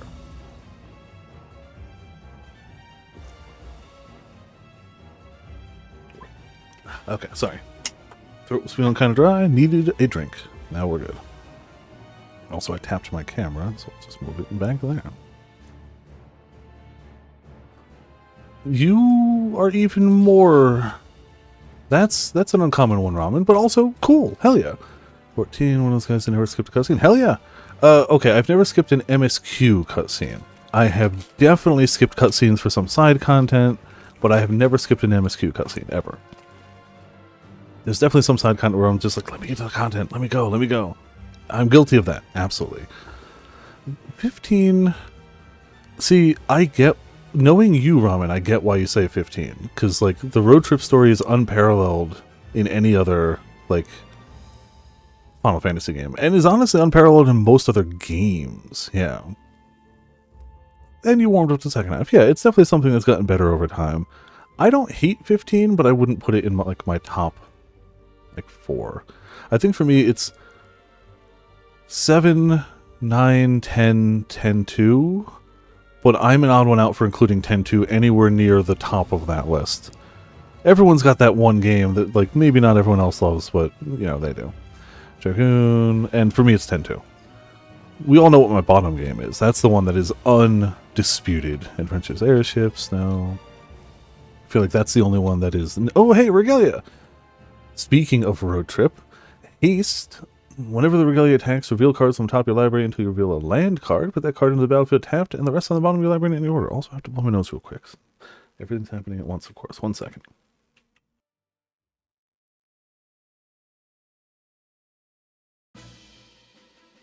Ten-2's combat system was absolutely ahead of its time, and was, in my opinion, the best of that turn-based style until more recent games, which is still crazy. Also, people hated it because it was less serious, but those people didn't get far enough in the game for it to get serious, and the job system in that game was a blast. Super fun all the way through, and the soundtrack's great.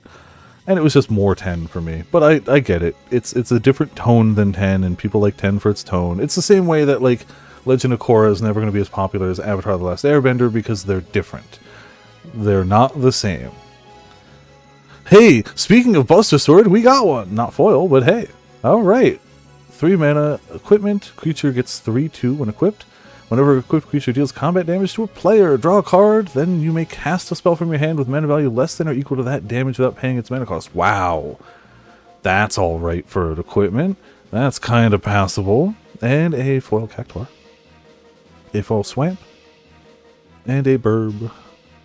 And Wizard. Yeah, I mean, Yuna was already a very high favorite of mine from 10.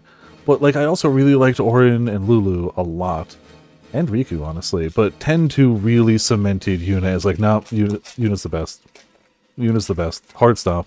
I'm a little sad we don't get any Gunner Yuna in this, but I get why they didn't do spin-offs. And honestly, the way they've done every single mainline game is already more than I ever expected them to do. So there were no complaints from me. I hope one day eventually they do some Gunner Yuna cards, but it would probably be like Secret Lair anyway, so boo. We have Beavers, Ice Flan, Summon Choco, Mom. Memory card got whipped. Oh, boo! That sucks. 9 is another one that's only gotten better as I've gone. I liked it at the time, but the more Final Fantasy stuff I learn and play, the more references I see in it. 10, 10, 2, and 13 in top 3. 13 gets pooped on a lot and does not deserve it. 13-2 is the worst Final Fantasy game ever. Hard stop. I will not be taking... You can... I lie. You can ask me if you care. But yeah, I hate 13-2. And I like 13, and I love Lightning Returns. Hate 13-2 with a burning passion. Hard stop, my least favorite Final Fantasy. I will take any excuse to rant about how much I hate 13-2. Oh yeah, no worries. Thank you so much for the raid. Thanks for hopping by. Absolutely eat. Please go do that. Rest up. Do all the good post-stream stuff. Good luck on any future pulls. I'm trying to thumbs up. I don't normally do card stuff. I normally do video game streams, so my space here is limited. Not used to utilizing it. Thank you for the raid. You're awesome. Your pulls are awesome. I hope your future pulls are awesome. Have a good day. Zidane, Tantalus Thief, Sleep Magic, Garland, our pack rare. Hey! Stitzelkin. He's from 9. Yeah. Legendary creature Moogle, 1 cost, 2. Lifelink, 2 and tap. Target opponent gains control of another target permanent you control. If they do, you draw a card. Interesting. I don't know if there's any cards in this set I'd want to give to other people, but as like a commander or in a commander deck, he could have a lot of usability. Slash of Light, foil. Rabanastre, we haven't gotten that one yet. Land of Staffed, red, white. The town proper of Rabanastre is divided into 4 sections by the cardinal directions of the compass. Excuse me, sorry. The east and west are merchant districts, the streets lined with shops and stalls of every description. And we've got ourselves a hero food token. You can't pass the Moogle around because it's another. If you had, you can't have 2 Moogles either. It's a legendary, so you'd have to pass something else.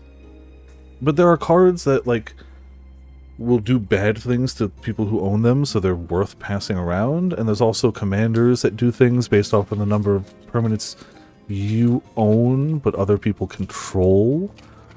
So there's reasons to do it. But I don't think there's any reasons to do it from this set that I've seen, but you know my memory. I'm sure there's a card here that I just forgot. Namazu Raider, Airship Crash, Retrieve the Esper, Fate of the Suncrist, Red Mage's Rapier, Laughing Mad, Crossroads Village, Snow Villers, Reach the Horizon, Eject, Rydia, Balam Garden CD Academy. I think we saw this in foil earlier, but it flips. It's nifty.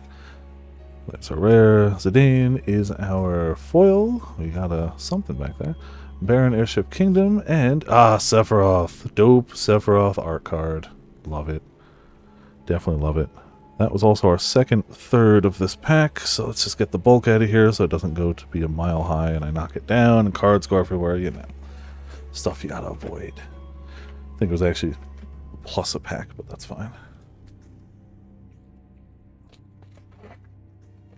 Still no Cloud. We have the Buster Sword, we have the Masamune, but we don't have the characters to wield them.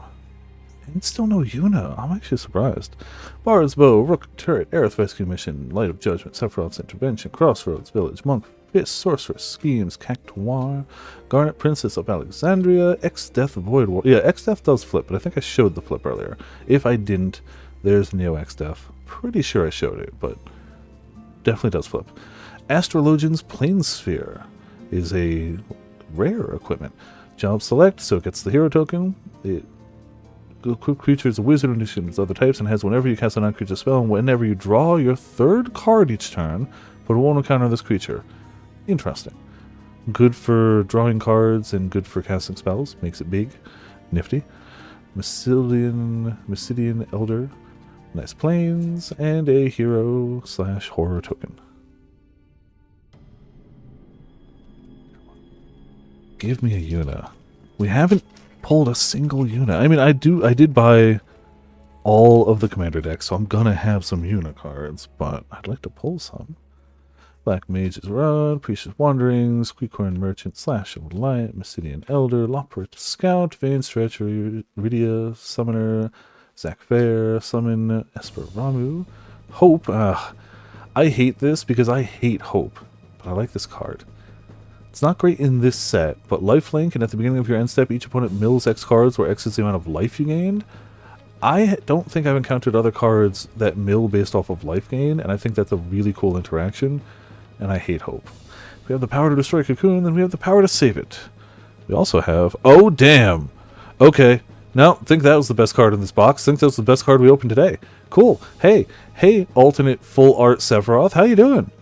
Hey! Legendary creature, human avatar soldier.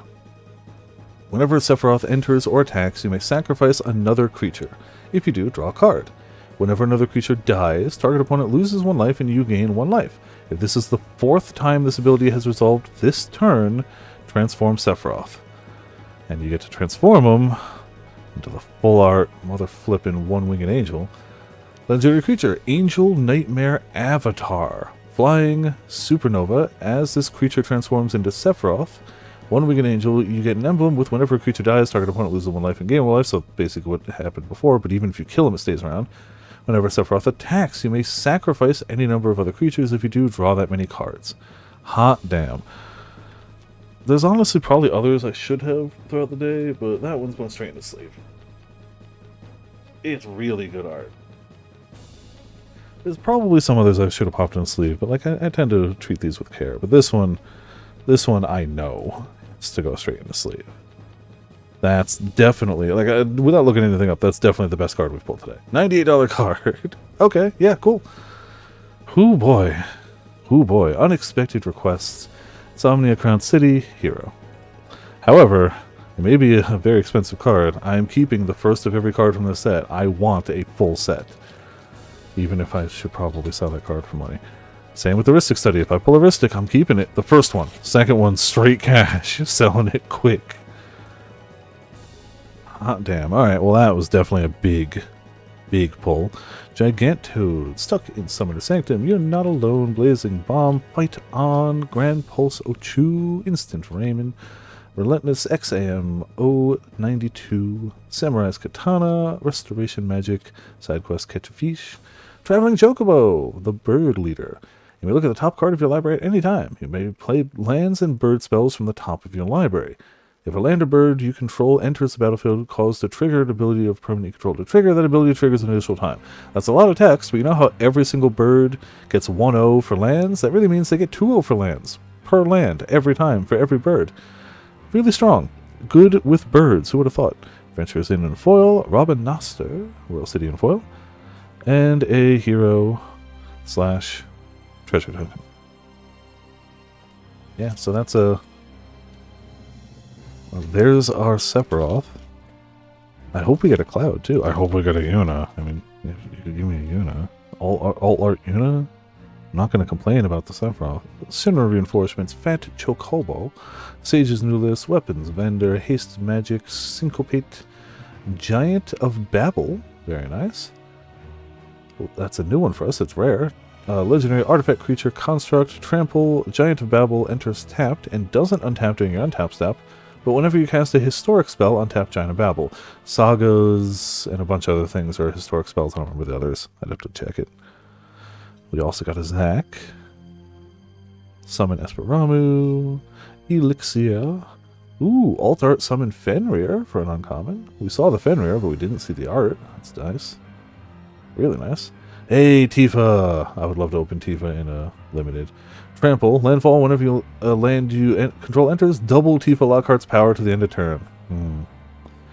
So potentially good. Foil Aerith Rescue Mission. Very nice. Swamp. And Zidane. Not bad. Tifa during Italian Parliament. I love that that's a thing. That is one of the weirdest like correlations of Even things. bigger Bakhanaga But I hoops. love it. Casual Greens. I mean, look, you can look at Tifa's design and already be like, yeah, there's a ton of fans for it, even if you knew nothing about the character. But if you play through Final Fantasy VII and you don't end up a fan of Tifa, Big ol' you're Tom wrong. Hongera You're Coopies. wrong. Utterly wrong. Tifa's phenomenal. Magic Damper, Gale Cat, Summon GF, Harriman, Sahagin, White Mage's Staff, Elixir, Clash of the Icons, Magitech Armor, Side Quest Card Collection, the Wind Crystal. Hey, we haven't duplicated a crystal yet, and I think now, with the Fire Crystal I got from the pre-release, I have one of each crystal. White spells you cast cost 1 less to cast. If you would gain life, you gain twice that much life instead. And tap for a bunch. Creatures you control gain flying and lifelink down to turn. I give unto you the last of my light, and with it the last hope of a fading world. Side quest Blitzball, always nice to see a double-sided foil, love it. See Viper, new Somnium. What? Oh, I haven't seen anything, like, go ahead and say it, like, I'm fine, but I haven't seen anything to do with Summer Games Fest yet. I was gonna potentially watch that later, we'll see. And token. Is it draft not during the... Oh, not during the event. Oh, okay. Most plays. Oh, to... Oh, that's a choice. I don't know why they would make that choice, but that's a choice. Hector Ice, Town Greeter, Ice Magic, Dwarven Castle Guard, Thunder Magic, Blitzball, Adventures in Titus Blitzball Star, Phantom Train, Rise of the Lucy, Shantoto, Tactician, Magician. I do appreciate that even her title rhymes. Xanarkand, our next Saga land. I mean, I would have seen the trailer eventually if it wasn't here. So you can play it as a tapped land, or create a 1/1 colorless hero creature token, put a 1/1 counter on it for each land you control. A city dead for 1,000 years. The end of Yuna's journey. Ooh, double rare. We got a foil Minwu. Got a mountain, got a hero, and copy. Nah, that's fine. I probably would have seen eventually. Like, I still need to go through all this stuff. I just haven't had time yet. At all. Yesterday was a wash, literally and figuratively. Bomb, T-Rexwar, Dragoons, Wyvern, Cloudbound, Moogle, Suplex, The Train, Namazu, Trader, Magic Pot, Squall, Leonhardt. Saw this one earlier, still cool, still like it. Clash of the Icons, Magic Tech, Armor, Random Encounter. Bang! Hey, we got the second half of the card finally! Hot damn, that took a while. Whenever one or more cards leave your graveyard, you draw a card and you lose 1 life. This ability triggers only once each turn and melds with Vanille. So this is the bottom half of that card. Vigilance, Menace, Trample, Reach, Haste, Disgusting. When Ragnarok dies, destroy target permanent and return target non-legendary permanent card from your graveyard to the battlefield. 7/6. Disgusting. Huge. Love it. If you can get those 2 uncommons in a draft, play them. Hey, Dion, Bahamut's dominant, and his boyfriend. Dragonfire Dive. During your turn, Dion and other knights you control have flying. Yep, Dragoons. When Dion enters, create a 2/2 White Knight creature token. Literally brought his boyfriend along. And a bunch of mana, exile Dion, return it to the battlefield, transformed under its owner's control. And that is Bahamut, Warden of Light. Wings of Light, 1/1 counter on each other creature you control. Those creatures can fly until end of turn. And Gigaflare. Destroy target permanent, exile Bahamut, and return it to the battlefield. Cool. Like that a lot. Chocobo Kick, but this time in foil. Charlian, Nation of Scholars, but this time in foil. And Bahamut. Nice. Specifically 10 Bahamut. Only 10 has the Beyblade on his back. Love it. Alright, 2 packs left. I don't think we're topping Sephiroth, but let's see what we got in the last 2 packs. We do keep getting new cards, like, yeah, not in the common uncommon slots, except for Pang, I guess. I did just get a new uncommon. Undercity Diorite, Blitzball, Shock, Combat Tutorial, Magitech, Infantry, Warrior Sword, Resentful Revelation, Iron Giant, to the Crystal Tower, a new bonus sheet, that's rare. Instant, choose 2, counter target spell, return target permanent to its owner's hand, tap all creatures your opponents control, draw a card. Not bad. A little pricey, you need a lot of blue, but not bad at all. Random counter, a Valkyrie Aerial Unit, Lionheart, Ultima, Origin of Oblivion. Legendary creature, God. Whenever Ultima attacks, put a blight counter on target land. For as long as that land has a blight counter on it, it loses all land types and abilities and can only tap for colorless. That's some thematic-ass nonsense right there. Whenever you tap a land for colorless, add an additional colorless. Damn. Alright. Resentful Revelation in foil. Guadasalam and Tataru! It's good old Tataru. Shame we didn't get her card. She might be commander only with the Fat Cat in the background. I think she's a commander card. I'm not sure. It doesn't say on the back here. But, cool. Alright, last pack of the 2 boxes. What do we have? What do we end with? Are we going to end strong? Or are we going to end, after a pretty damn strong... I really did say the second box wasn't as good, and the box was like, shut up. Airship Crash, Retrieve the Esper, Fate of the Sun Chris, Red Mage, Black Mage, White Auracite, Lunatic Pandora, Ultros, Obnoxious Octopus, Dragoons, Lance, Colosseum, Behemoth, Crystal Fragments. Oh, okay. A Saga land is fine. Create a 1/0 Black Wizard creature token with whenever you cast a non-creature spell, the usual stuff. It also enters stamped in red. City encircled by the ramparts of a massive castle. Cargo ship, mountain, and a hero copy token. Not too bad, though. All things considered. So we will for sure do an opening when I get my commander decks, because we're going to get all 4 of them. And even though they come with the same cards, like every Titus commander deck will have the same cards, it's still a bunch of cards that we haven't seen today, and I want to open those and stream them. They do, I believe, also come with packs of potential cards in them. If I get another box, I'll probably stream that too. I mean, I will end up with more boxes of this. It's just a matter of when. If I can afford it, maybe midweek. If I can't afford it, it'll have to wait until I next get paid, which is a week from Friday. So, we'll see. But at some point, we will be opening more of this. I can promise that. It's just a matter of when. This went damn good. We are still Sansei Yuna, but we got a ton of stuff. And not even many duplicate rares, honestly. Like, got a ton of stuff. And I now have 2 Sephiroths. 1 borderless foil, and 1 alternate art. So, yeah. Cool.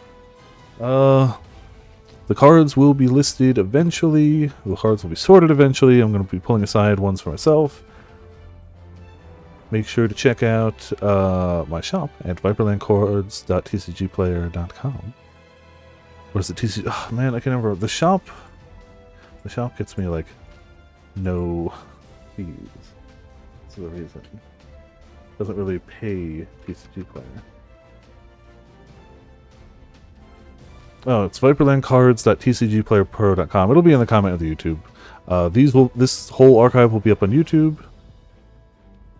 If people want, I could always cut that down a bit and just do like the hits. I could, highlight it, I guess. We'll see. For now, that's what we got. No regular stream tonight. Definitely a stream tomorrow night. I don't know what. Definitely no stream Tuesday, Wednesday, because I'll be doing a pre-release and then D&D. And Thursday's too damn far away to worry about at all. Probably Yumiya Monday. We do need to finish that before Death Stranding 2 comes out. And I'm having fun with it, but I need to finish it before Death Stranding 2 comes out. Thank you all for tuning in. Thank you all for watching. We do have extra shoutouts today, too. There's my list. A bunch of extra shoutouts today, actually. We have...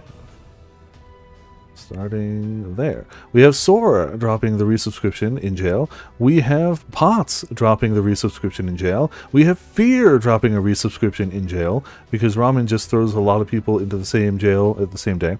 We had Sezelna, who I still hope I'm saying that right. They didn't correct me, so I'm hoping it's passable, with the Heckin' Raid, and everyone in chat hanging out, having a good time.